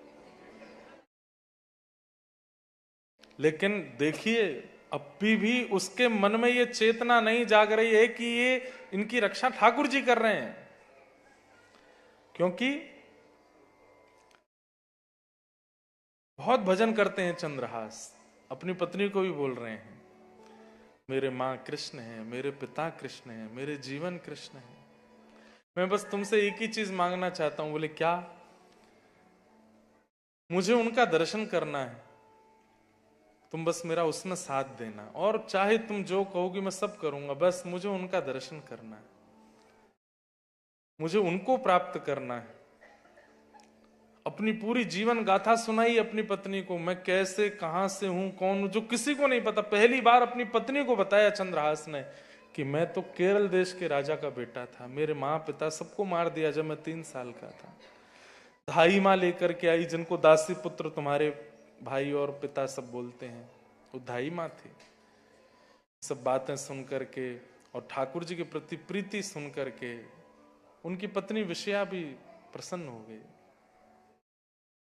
दृष्ट बुद्धि सैनिकों को बुलाते हैं और कुछ सैनिकों को बोलते हैं तुम लोगों को एक काम करना है। बोले क्या? देवी मंदिर में चले जाओ और रात्रि में नंगी तलवार लेकर के मंदिर के अंदर गर्भगृह में घुस जाओ। सुबह प्रातःकाल सबसे पहले पूजा करने जो आएगा उसका सर धड़ से अलग करना है। अभी भी बदले की आड़ मन से जा नहीं रही है।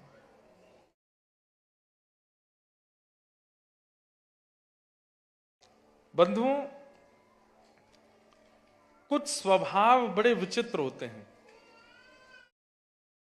जो व्यक्ति कर्म से दुखी है ना, वो एक दिन सुखी हो जाएगा। जो व्यक्ति काल से दुखी है वो भी सुखी हो जाएगा, लेकिन जो स्वभाव से दुखी है वो कभी सुखी नहीं हो सकता। जिसके स्वभाव में दुख है, और स्वभाव का दुखी व्यक्ति छोटी छोटी बातों पर नाराज होता है, इतना सा भी नहीं सहन कर पाता कि दाल में नमक कम पड़ गया तो उसका मूड ही खराब है, वो पूरे घर से लड़ रहा है, परिवार से लड़ रहा है।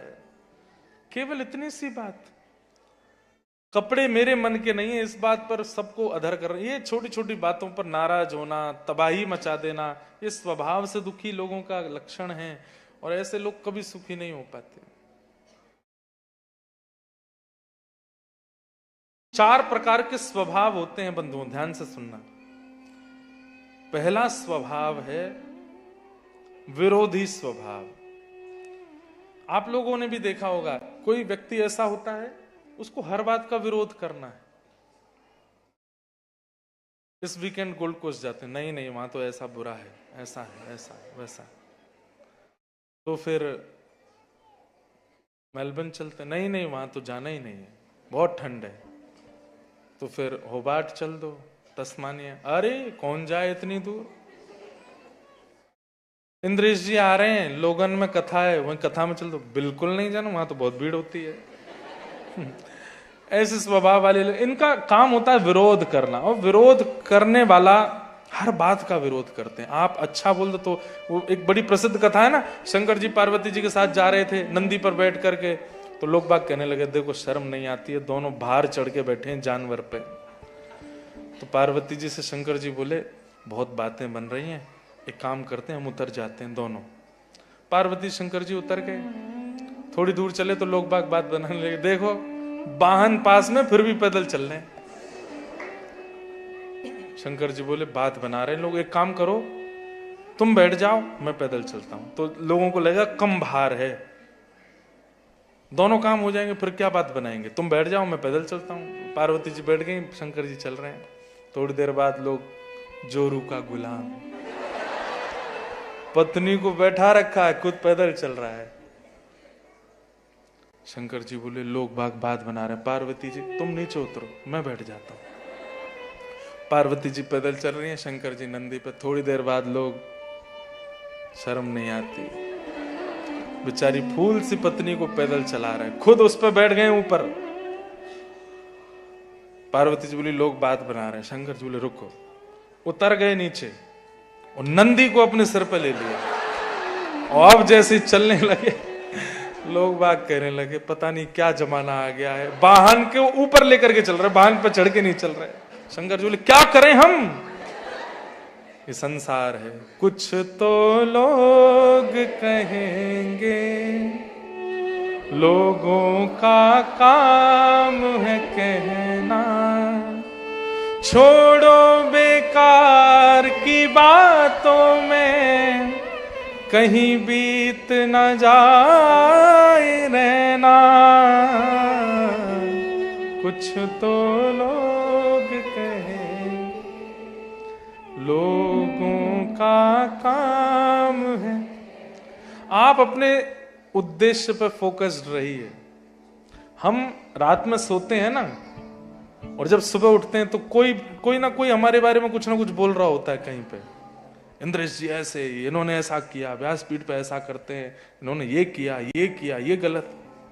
मैं अगर उस पर ध्यान देने लग जाऊं तो मैं कथा नहीं कर पाऊंगा। और ये इतने सारे युवा जो आते हैं कथा सुनने के लिए, इनका मार्गदर्शन नहीं कर पाऊंगा। मैं कोई मार्ग पर प्राप्त कर चुका हूं इसलिए कर रहा हूं, नहीं, मैं खुद भी उस मार्ग की खोज में हूं और मुझे दिख रहा है कि हाँ वो मार्ग है, इसलिए मैं अपने युवा भाई बहनों को भी दिखा रहा हूं। लेकिन ये छोटी छोटी चीजें अगर मुझे परेशान करने लग जाएं तो मैं कुछ नहीं कर पाऊंगा। इसलिए हम ध्यान ही नहीं देते, चलते रहो, लोग तो बोलेंगे। तो कई लोगों का स्वभाव होता है विरोधी स्वभाव, वो हर बात का विरोध करते हैं। अगर आप भी इस कैटेगरी में आ रहे हो, बचिए। ये विरोध करने की जो इच्छा, ये एक लत की तरह है। जब आप विरोध करने लगो ना, फिर आपको ऐसी लत लग जाएगी आप हर बात का ही विरोध करोगे। नहीं, ये विरोधी स्वभाव मत लाइए। दूसरा स्वभाव होता है बोधि स्वभाव। बोधि स्वभाव कैसा होता है, ये कुछ महीने पहले मुक्तिनाथ में कथा हुई थी तो वहां लिखे थे मैंने, तो वही मैं बता रहा हूं। बोधि स्वभाव, बोधि स्वभाव वाला व्यक्ति क्या होता है, वो हर परिस्थिति से सीखता है, हर सिचुएशन उसको सिखाती है और वो हर सिचुएशन को गुरु मानता है। कोई मित्र मिला, कोई बिछुड़ गया, परिस्थिति आई, चली गई, अच्छा हुआ, बुरा, सबसे सीखता है और सीख करके आगे सावधान रहता है। ये अच्छा स्वभाव है, बोधि स्वभाव। एक होता है निरोधी स्वभाव। ये कैसे होते हैं लोग, इस सबको अपने वश में करके रखना चाहते हैं, कंट्रोल का स्वभाव रहता है इनका। ये भी मेरे वश में रहे, ये भी मेरे वश में रहे, सबसे ऊपर मैं रहूं, सबसे आगे मैं रहूं, मैं जो कहूं वही हो, मैं जैसा कहूं वही हो। ये भी लत की तरह होता है। ऐसे जो होताते हैं ना, ये फिर किसी की नहीं सुनते, इसलिए निरोधी स्वभाव भी नहीं। और चौथा स्वभाव होता है सुबोधि स्वभाव। जल्दी हड़बड़ाहट में ना करना, पेशेंस के साथ सूझबूझ करके कदम रखना। भले ही वो आसान टास्क है लेकिन फिर भी उसको सोच के करना, ये सुबोधि स्वभाव। 4 स्वभाव हैं जिसमें से 2 नहीं रखने हैं और 2 रखने हैं। कौन कौन से नहीं रखने, विरोधी और निरोधी। ये दो स्वभाव नहीं रखने। और दो कौन से रखने? बोधि और सुबोधि।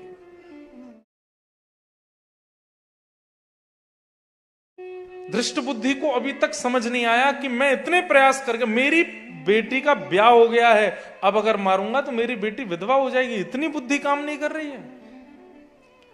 सैनिकों को बुला करके कहता है, क्या सुबह जो भी मंदिर में पहले सबसे पहले आएगा उसको बिना देखे उसका सर धड़ से अलग कर देना। और यहां दृष्ट बुद्धि ने बुलाया किनको? चंद्रहास जी को। बेटा, हमारे कुल की एक परंपरा है, क्या हमारे यहां जब बेटी का ब्याह होता है तो जो दामाद होते हैं ना, उनको देवी पूजा के लिए जाना होता है। सुबह कोई और मंदिर आवे उससे पहले पहले आप जाकर के नारियल चढ़ा करके, सिंदूर अर्पण करके, प्रणाम करके, प्रदक्षिणा करके आपको आना पड़ेगा, नहीं तो जीवन में बहुत विघ्न आते हैं।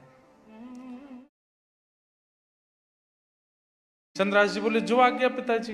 बोले, तो आप कल चले जाना, रात्रि में ही जाना। हाँ, सुबह कोई भी आपसे पहले नहीं पहुंचना चाहिए मंदिर में, चले जाना। ठीक है।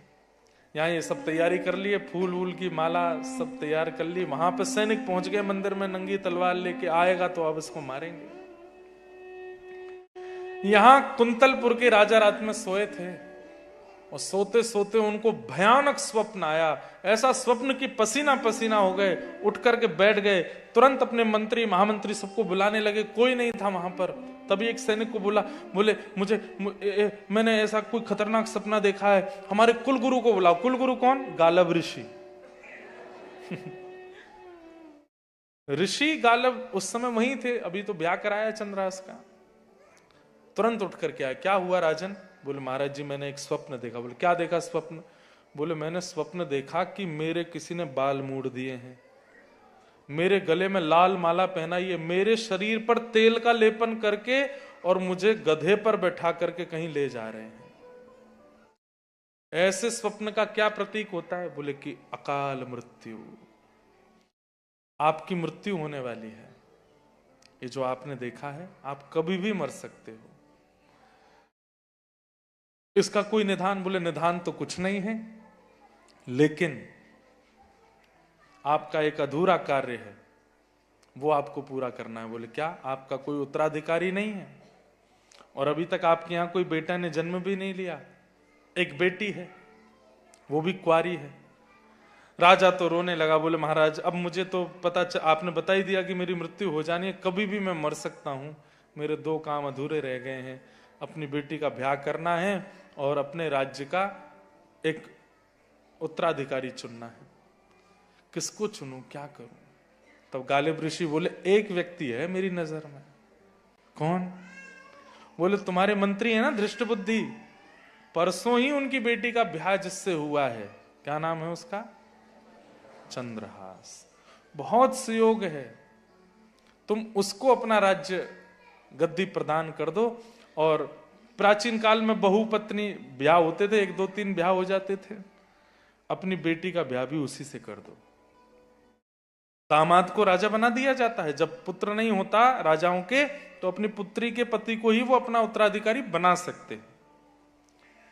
लेकिन मैं जो गालिब ऋषि बोले, मैं जो देख रहा हूं, सुबह भोर होने से पहले यह काम हो जाना चाहिए, तुम्हारी बेटी का भी ब्याह हो जाए और इसको राज्य गद्दी भी मिल जाए। अच्छा, तुरंत महाराज अपने सैनिकों को बुलाया। बोले, कहां हैं ये दृष्ट बुद्धि के जो दामाद हैं? बोले, उनके घर पे ही है। बोले, तुरंत जाओ, उनको जैसी अवस्था में सो रहे हैं, नवे धोवे नहीं, वैसे उठा के लेके आओ। कहो राजा ने अभी बुलाया, और कोई नहीं आना चाहिए। गालिब ऋषि मना कर रहे हैं, दुनिया को नहीं पता चलना, सुबह यात्रा निकालेंगे, पूरी दुनिया को बता देंगे, नजर लग जाएगी, केवल उनको उठा लाओ। यहां पिताजी ने आज्ञा की थी कि सुबह ब्रह्म मुहूर्त में देवी पूजा करने जाना है। तो यहां चंद्रहास जी नहा धो के तैयार, नए कपड़े पहन करके, थाल लेकर के निकल गए थे।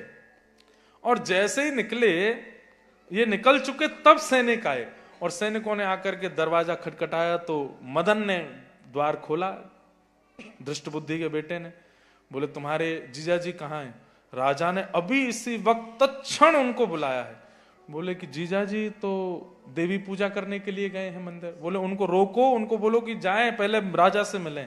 मदन दौड़ा दौड़ा गया, जाकर के अपने जीजा जी को रोका, चंद्रहास जी को, बोले कि आपको राजा ने बुलाया है। बोले मैं चला जाता हूं, पहले देवी पूजा कर लूं। बोले नहीं नहीं, राज्य कार्य है, वो कोई जरूरी काम है, उसके लिए वो बुला रहे हैं। राजा अर्धरात्रि में नींद छोड़ के बुला रहा है, महाराज आपको इसका पालन करना चाहिए। बोले मैं देवी पूजा करने नहीं जाऊंगा तो आपके कुल की परंपरा नष्ट होती है। बोले प्रतिनिधि वाला काम चल जाएगा, थाली मुझे दो, मैं जाता हूं, मैं जाके पूजा करके आता हूं ना। अरे आप नहीं, आप दौड़ के जाइए, राजा बुला रहे हैं, कोई जरूरी काम है, मैं आपकी जगह पूजा करने जाता हूं। क्या समझ में आया? आपने किसी पर कंकड़ फेंका है तो आपके ऊपर पत्थर गिरेगा, इसलिए ध्यान रखना। यहां ये तो चले गए राजभवन में, और मदन पहुंचा है मंदिर में। जैसे ही पहुंचा, पहले ही आज्ञा की थी कि शक्ल सूरत मत देखना, सीधे सर धड़ से अलग। मदन के जाते सैनिकों ने तलवार से उसको छन्नी बना दिया, सर धड़ से अलग कर दिया, मार दिया।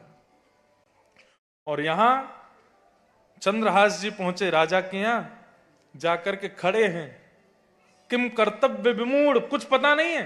तुरंत इनके वस्त्र आदि हल्के करके इनको सफेद वस्त्र पहनाए, तुरंत राज्य गद्दी पर बिठा करके अभिषेक करने लगे। चंद्रहास जी पूछे हो क्या रहा है? बोले तुम बैठे रहो चुपचाप।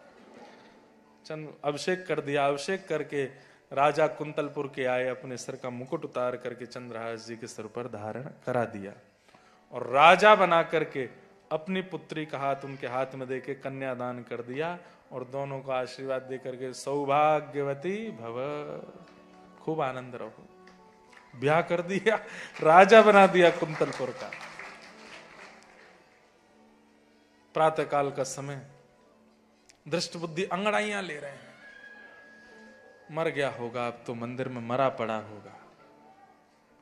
इतने में ही 2-4 सैनिक दौड़े दौड़े आए। दृष्ट बुद्धि ने कहा क्या बात है? महाराज एक बहुत दुखद खबर है, मेरे दामाद चले गए, मुझे पता है। नहीं नहीं नहीं नहीं महाराज, आपके दामाद की तो एक खुशखबरी है। हाँ, ऐसा कहा सैनिकों ने आके कि 2 खबरें हैं, एक दुखद है एक सुखद है, कौन सी पहले सुनाए? तो समझ रहे थे, बोले दुखद खबर तो मुझे पता है, मेरा दामाद मर गया, पर ये सुखद खबर कौन सी है? तो इन्होंने पहले यही पूछा कि सुखद खबर कौन सी है, पहले वो बताओ। बोले सुखद खबर यह है कि रात्रि में राजा को स्वप्न आदि पूरी बात बताई, और उन्होंने आपके दामाद जी को बीच रास्ते से उठा करके ले जाके रात्रि में ही राज्याभिषेक कर दिया, अपनी बेटी से ब्याह भी कर दिया। कुंतलपुर के नए राजा बन चुके हैं। कौन? चंद्रहास। दृष्ट बुद्धि बोले असंभव, हो ही नहीं सकता, दुखद खबर सुनाना जरा। बोले दुखद खबर यह है कि आपके बेटा मदन, उसकी हत्या हो गई है। दृष्ट बुद्धि कह रहे ये कैसे हो सकता है? दौड़ करके जाके मंदिर में देखा तो मदन मरा पड़ा था, और तभी यहां सवारी निकली है। राजा ने पूरे नगर को इकट्ठा करके सवारी निकाली, गज पर बैठ करके चंद्रहास, नए राजा हैं, ढोल नगाड़े पिटवा दिए। बोले रात्रि में ब्याह भी हो गया, राज्य तिलक भी हो गया, क्योंकि गालव ऋषि ने कहा था इससे बढ़िया संयोग नहीं बनेगा, मुहूर्त नहीं आएगा, सब हो गया। यहां पर सब लोग बड़े प्रसन्न थे। तभी किसी ने जाकर के चंद्रहास जी को बताया एक दुखद खबर हो गई। क्या? और हाँ, एक और हुई थी, मदन को मरा हुआ देख करके दृष्ट बुद्धि ने भी प्राण त्याग दिए, वो भी मर गए वहां जाकर के। तब इनको पता चला तो इन्होंने दौड़ करके गए, देखा कि साले साहब और ससुर जी दोनों मरे पड़े हैं। देवी के आगे हाथ जोड़ के रोने लगे। पुत्रो जाए क्वचित अपि कुमाता न भूत। माई आपने क्या किया? ये पहले मेरी माँ को छीना, मेरे पिता को छीना, मेरे परिवार को छीना, मेरी धाई माँ को छीन लिया, अब मैं नए परिवार में प्रवेश कर गया तो मेरे ससुर मेरे साले को भी छीन लिया। उनकी सरलता पर इतने इतने प्यारे हैं कि मां प्रकट हो गई, प्रकट होकर के सच्चाई बताई। बोले कि आज तक तुम जितनी बार मरने की स्थिति में गए हो, यही लेके गया था दृष्ट बुद्धि। अपने कर्मों के फल से मरा है वो और उसका बेटा। और कई बार पिताओं के और पूर्वजों के कर्म बच्चों को सहने पड़ते हैं। दृष्ट बुद्धि का अपराध नहीं है, लेकिन उसके पिता ने इतने गलत कर्म किए, तुमको मारने के इतने प्रयास किए कि उसके कारण वही मर गया। इनके सुख की चिंता मत करो, सब याद दिलाया माँ ने कि तुम्हारी उंगली कटी थी, वो भी इसने भेजे थे, तुमको यहां मरवाने का प्रयास किया, वहां मरवाने का प्रयास, सारे इसी ने ही किए थे, क्यों ना मरे वो। तब इतनी अच्छी बात कहते हैं, क्या कहते हैं, बोले कि मां, क्या ऐसा नहीं होता कि, क्या ऐसा नहीं हो सकता कि किसी व्यक्ति को मारने से अच्छा उसके स्वभाव को मारा जाए, जो गंदा स्वभाव है उसको नष्ट किया जाए। आप तो देवी हैं, आप तो भद्रकाली हैं, आप तो सबके चित्त को परिवर्तित करने की क्षमता रखती हैं। जब दिख रहा है कि व्यक्ति विचित्र है, व्यक्ति का स्वभाव गलत है, व्यक्ति की विचारधाराएं गलत हैं, तो उस विचार को मारिए ना, उस व्यक्ति के प्राण क्यों ले रहे हैं। इतने प्रसन्न हो गई मैया, बोले क्या चाहिए, बोले बस मेरे इन दोनों, क्योंकि मेरी पत्नी के पिता हैं और उनके भाई, इनको जीवित कर दो, बस मुझे यही चाहिए। अगर आप मां हो तो इनको जीवित करो। कैसे देख सकती हो आप अपने नेत्रों के आगे एक निरपराधी को मरते हुए। अरे भली मेरे ससुर अपराधी हूं, पर उनका बेटा तो अपराधी नहीं था ना। और तभी दिव्य तेज प्रकट हुआ और दृष्ट बुद्धि और उनका पुत्र मदन दोनों जीवित हो गए। और जीवित होकर के जब देखा तो सामने चंद्रहास जी रो रहे हैं। दौड़ करके दृष्ट बुद्धि ने गले से लगाया, मैंने इतना क्रूर आपके लिए बना, इतना सब गलत किया, पर आपने कभी अपने इस सुंदर स्वभाव का त्याग नहीं किया, मुझे बहुत अच्छा लगा। अब कुंतलपुर के राजा चंद्रहास, दो पत्नियां हैं इनकी और सब प्रेम से रहते हैं। इस प्रकार चंद्रहास जी का चरित्र सुनाया। अब चंद्रहास जी तब से ही प्रतीक्षा कर रहे थे कि मुझे उन कृष्ण का दर्शन करना है। गालव ऋषि को बुला के कहा, आपने मेरा पूरा जीवन बना दिया, सब कुछ कर दिया, अब मुझे ये बताओ मुझे ठाकुर जी कब मिलेंगे। तब गालव ऋषि बोले, सुनो, क्या, पांडवों का अश्वमेध यज्ञ चल रहा है और युधिष्ठिर जी ने अश्व छोड़ा है, और वो अश्व पूरी पृथ्वी का चक्कर लगा के जब कुंतलपुर में प्रवेश करेगा, तुम उन अश्वों को छुपा लेना। उससे क्या होगा, बोले उन अश्वों की रक्षा कर रहा अर्जुन, भगवान कृष्ण का सखा। जब वो अर्जुन उन अश्वों को ढूंढता ढूंढता तुम्हारे पास आवे, तब अर्जुन के चरण पकड़ लेना। बोले अश्व वापस कर दूंगा, मुझे युद्ध नहीं करना है, मैं अपने कुंतलपुर को पांडवों को ही सौंप दूंगा, आप अपने सखा कृष्ण का दर्शन कराओ। ये कथा नारद जी सुना रहे थे, सामने बैठ के अर्जुन सुन रहा था। तो अर्जुन, तुम्हारे जो घोड़े गए हैं वो इसलिए गए हैं क्योंकि चंद्रहास ठाकुर जी का दर्शन करना चाहते हैं। तुरंत अर्जुन नेत्र सजल हो गए, पुकारने लगे, हे श्री भक्तराज चंद्रहास जी, मैं स्वयं द्वारिकाधीश के साथ यहाँ खड़ा हूं, आप कृपा करके आइए और ठाकुर जी का दर्शन करो। इतने में ही अश्वों को लेकर के चंद्रहास जी अपनी दोनों पत्नियों के साथ वहां आ गए और आकर के ठाकुर जी का दर्शन करके रुदन करने लगे, नेत्र सजल हो गए। भगवान ने दौड़ करके चंद्रहास को अपने हृदय से लगाया। चंद्रहास जी बोले, बस अब मैं पायो परम विश्राम, अब मेरे जीवन का बस अंत हो जाए। नाथ, तुम सामने हो मेरे, किस बात की कमी है, तुम सामने हो मेरे, किस बात की कमी है। भगवान ने कहा है कि चंद्रहास कुछ मांगो, मैं तुम्हारे धैर्य से बहुत प्रसन्न हूं, तुम्हारे विश्वास से बहुत प्रसन्न हूं। चंद्रहास जी कह रहे हैं, आप सामने खड़े हैं नाथ, में और क्या मांग सकता हूं, किसी और वस्तु की अब दरकार भी नहीं है, किसी और वस्तु की अब दरकार भी नहीं है, तेरे साथ से गुलाम अब गुलफाम हो रहा है, तेरे साथ से गुलाम अब गुलफाम हो रहा है। अरे करते हो तुम कन्हैया, करते हो तुम कन्हैया, मेरा नाम हो रहा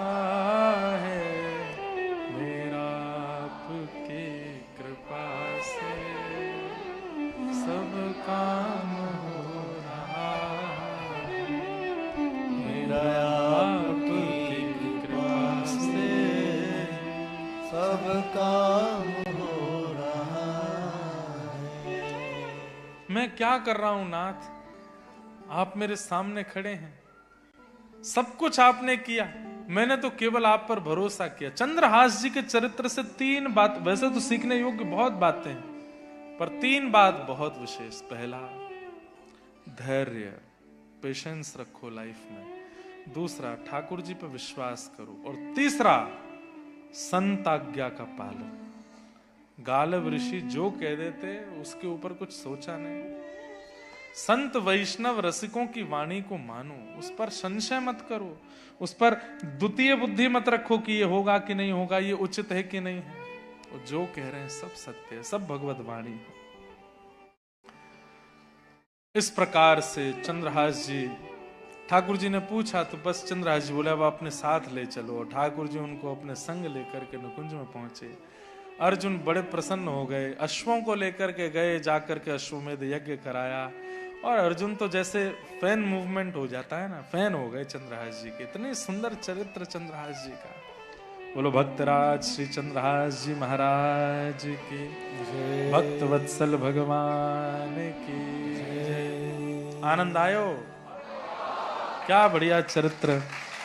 बहुत दिन बाद चंद्रहास जी का ये मधुर चरित्र लोगन और ये गोल्ड कोस्ट ब्रिस्बेन वालों के सौभाग्य में था, यहाँ पर सुनाया, खूब आनंद आया। बस इसी प्रकार ठाकुर जी कृपा करते रहें।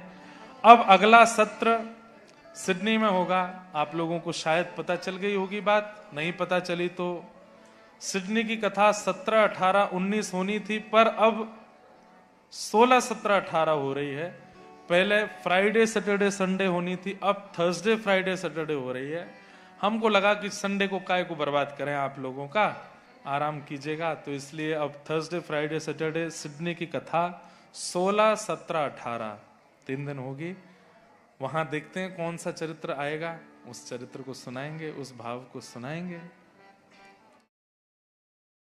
हमारे मन तो बहुत सारे भाव गाने के होते हैं, पर कई बालक बेचारे रोते रहते हैं, वही सुनाओ। जो कान्हा मेरो नाम न जाने, जो कान्हा मेरो नाम न जाने, जो कान्हा मेरो नाम न जाने, जो कान्हा मेरो नाम न जाने, ओ जो कान्हा मेरो नाम न जाने, जो कान्हा मेरो नाम न जाने। हे राधा रंगीली बताए गई रे, राधा रंगीली बताए गई रे, राधा रंगीली बताए गई रे, राधा रंगीली बताई गई रे। कौन? बरसाने की छोरी, राधा गोरी गोरी, बरसाने की छोरी, राधा गोरी गोरी, ओ बरसाने की छोरी, राधा गोरी गोरी, ओ बरसाने की छोरी, राधा सब लोग गाओ। गोरी गोरी, ओ करके इशारों बुलाए गई रे, करके इशारों बुलाए गई रे, करके इशारों बुलाए गई रे, करके इशारों बुलाए गई रे। कौन? राधा गोरी गोरी, बरसाने की छोरी, राधा बोल बरसाने वाली की। हो।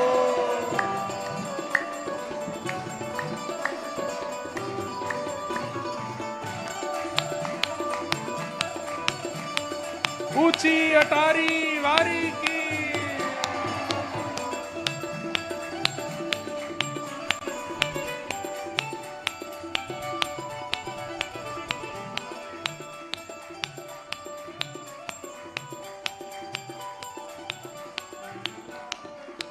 जो कान्हा मेरो गाम न जाने, जो कान्हा मेरो गाम न जाने, जो कान्हा मेरो गाम न जाने, जो कान्हा जो कान्हा मेरो गाम न जाने, जो कान्हा मेरो गाम न जाने, जो कान्हा मेरो गाम न जाने, जो कान्हा मेरो ऊंचो बरसानो बताए गई रे, ऊंचो बरसानो बताए गई रे, अरे ऊंचो बरसानो बताए गई रे, ऊंचो बरसानो बताए गई रे। कौन? राधा गोरी गो, हे, बरसाने की छोरी, राधा गोरी गोरी, बरसाने की छोरी, राधा गोरी गोरी। श्यामा हृदय कमल सो प्रगटो, श्यामा हृदय कमल सो प्रगटो, श्यामा हृदय कमल सो प्रगटो, श्यामा हृदय कमल सो प्रगटो। और श्याम हृदय कुभार, वृंदावन मेरो वृंदावन, वृंदावन मेरो वृंदावन, हे श्री वृंदावन प्यारो वृंदावन, वृंदावन मेरो वृंदावन। सब सुख सागर रूप उजागर रहे वृंदावन धाम, सब सुख सागर रूप उजागर रहे वृंदावन धाम। हे रूप गोस्वामी प्रगट कियो जहाँ, रूप गोस्वामी प्रगट कियो जहाँ, रूप गोस्वामी प्रगट कियो जहाँ, रूप गोस्वामी प्रगट कियो राधा गोविंद रूप निधान, वृंदावन मेरो वृंदावन, वृंदावन मेरो वृंदावन, हे श्री वृंदावन प्यारो वृंदावन, वृंदावन मेरो वृंदावन। जिनकी कृपा से यह रस प्रगट्यो वृंदावन अभिराम, जिनकी कृपा से यह रस प्रगट्यो वृंदावन अभिराम। हम सबको मिलवावे वारो, हम सबको मिलवावे वारो, यह आनंद करवावे वारो, यह आनंद करवावे वारो, ऑस्ट्रेलिया बुलावे वारो, ऑस्ट्रेलिया बुलावे वारो, हे हमारो गिरधर लाल, वृंदावन मेरो वृंदावन, वृंदावन मेरो वृंदावन, हे श्री वृंदावन प्यारो वृंदावन, वृंदावन मेरो वृंदावन। हे हम सबको मिलवावे वारो, हम सबको मिलवावे वारो, यह आनंद करवावे वारो, यह आनंद करवावे वारो। श्री राधा गिरधर लाल, वृंदावन प्यारो वृंदावन, हे वृंदावन मेरो वृंदावन, हे श्री वृंदावन मेरो वृंदावन, हे वृंदावन मेरो वृंदावन। नाथ नाथ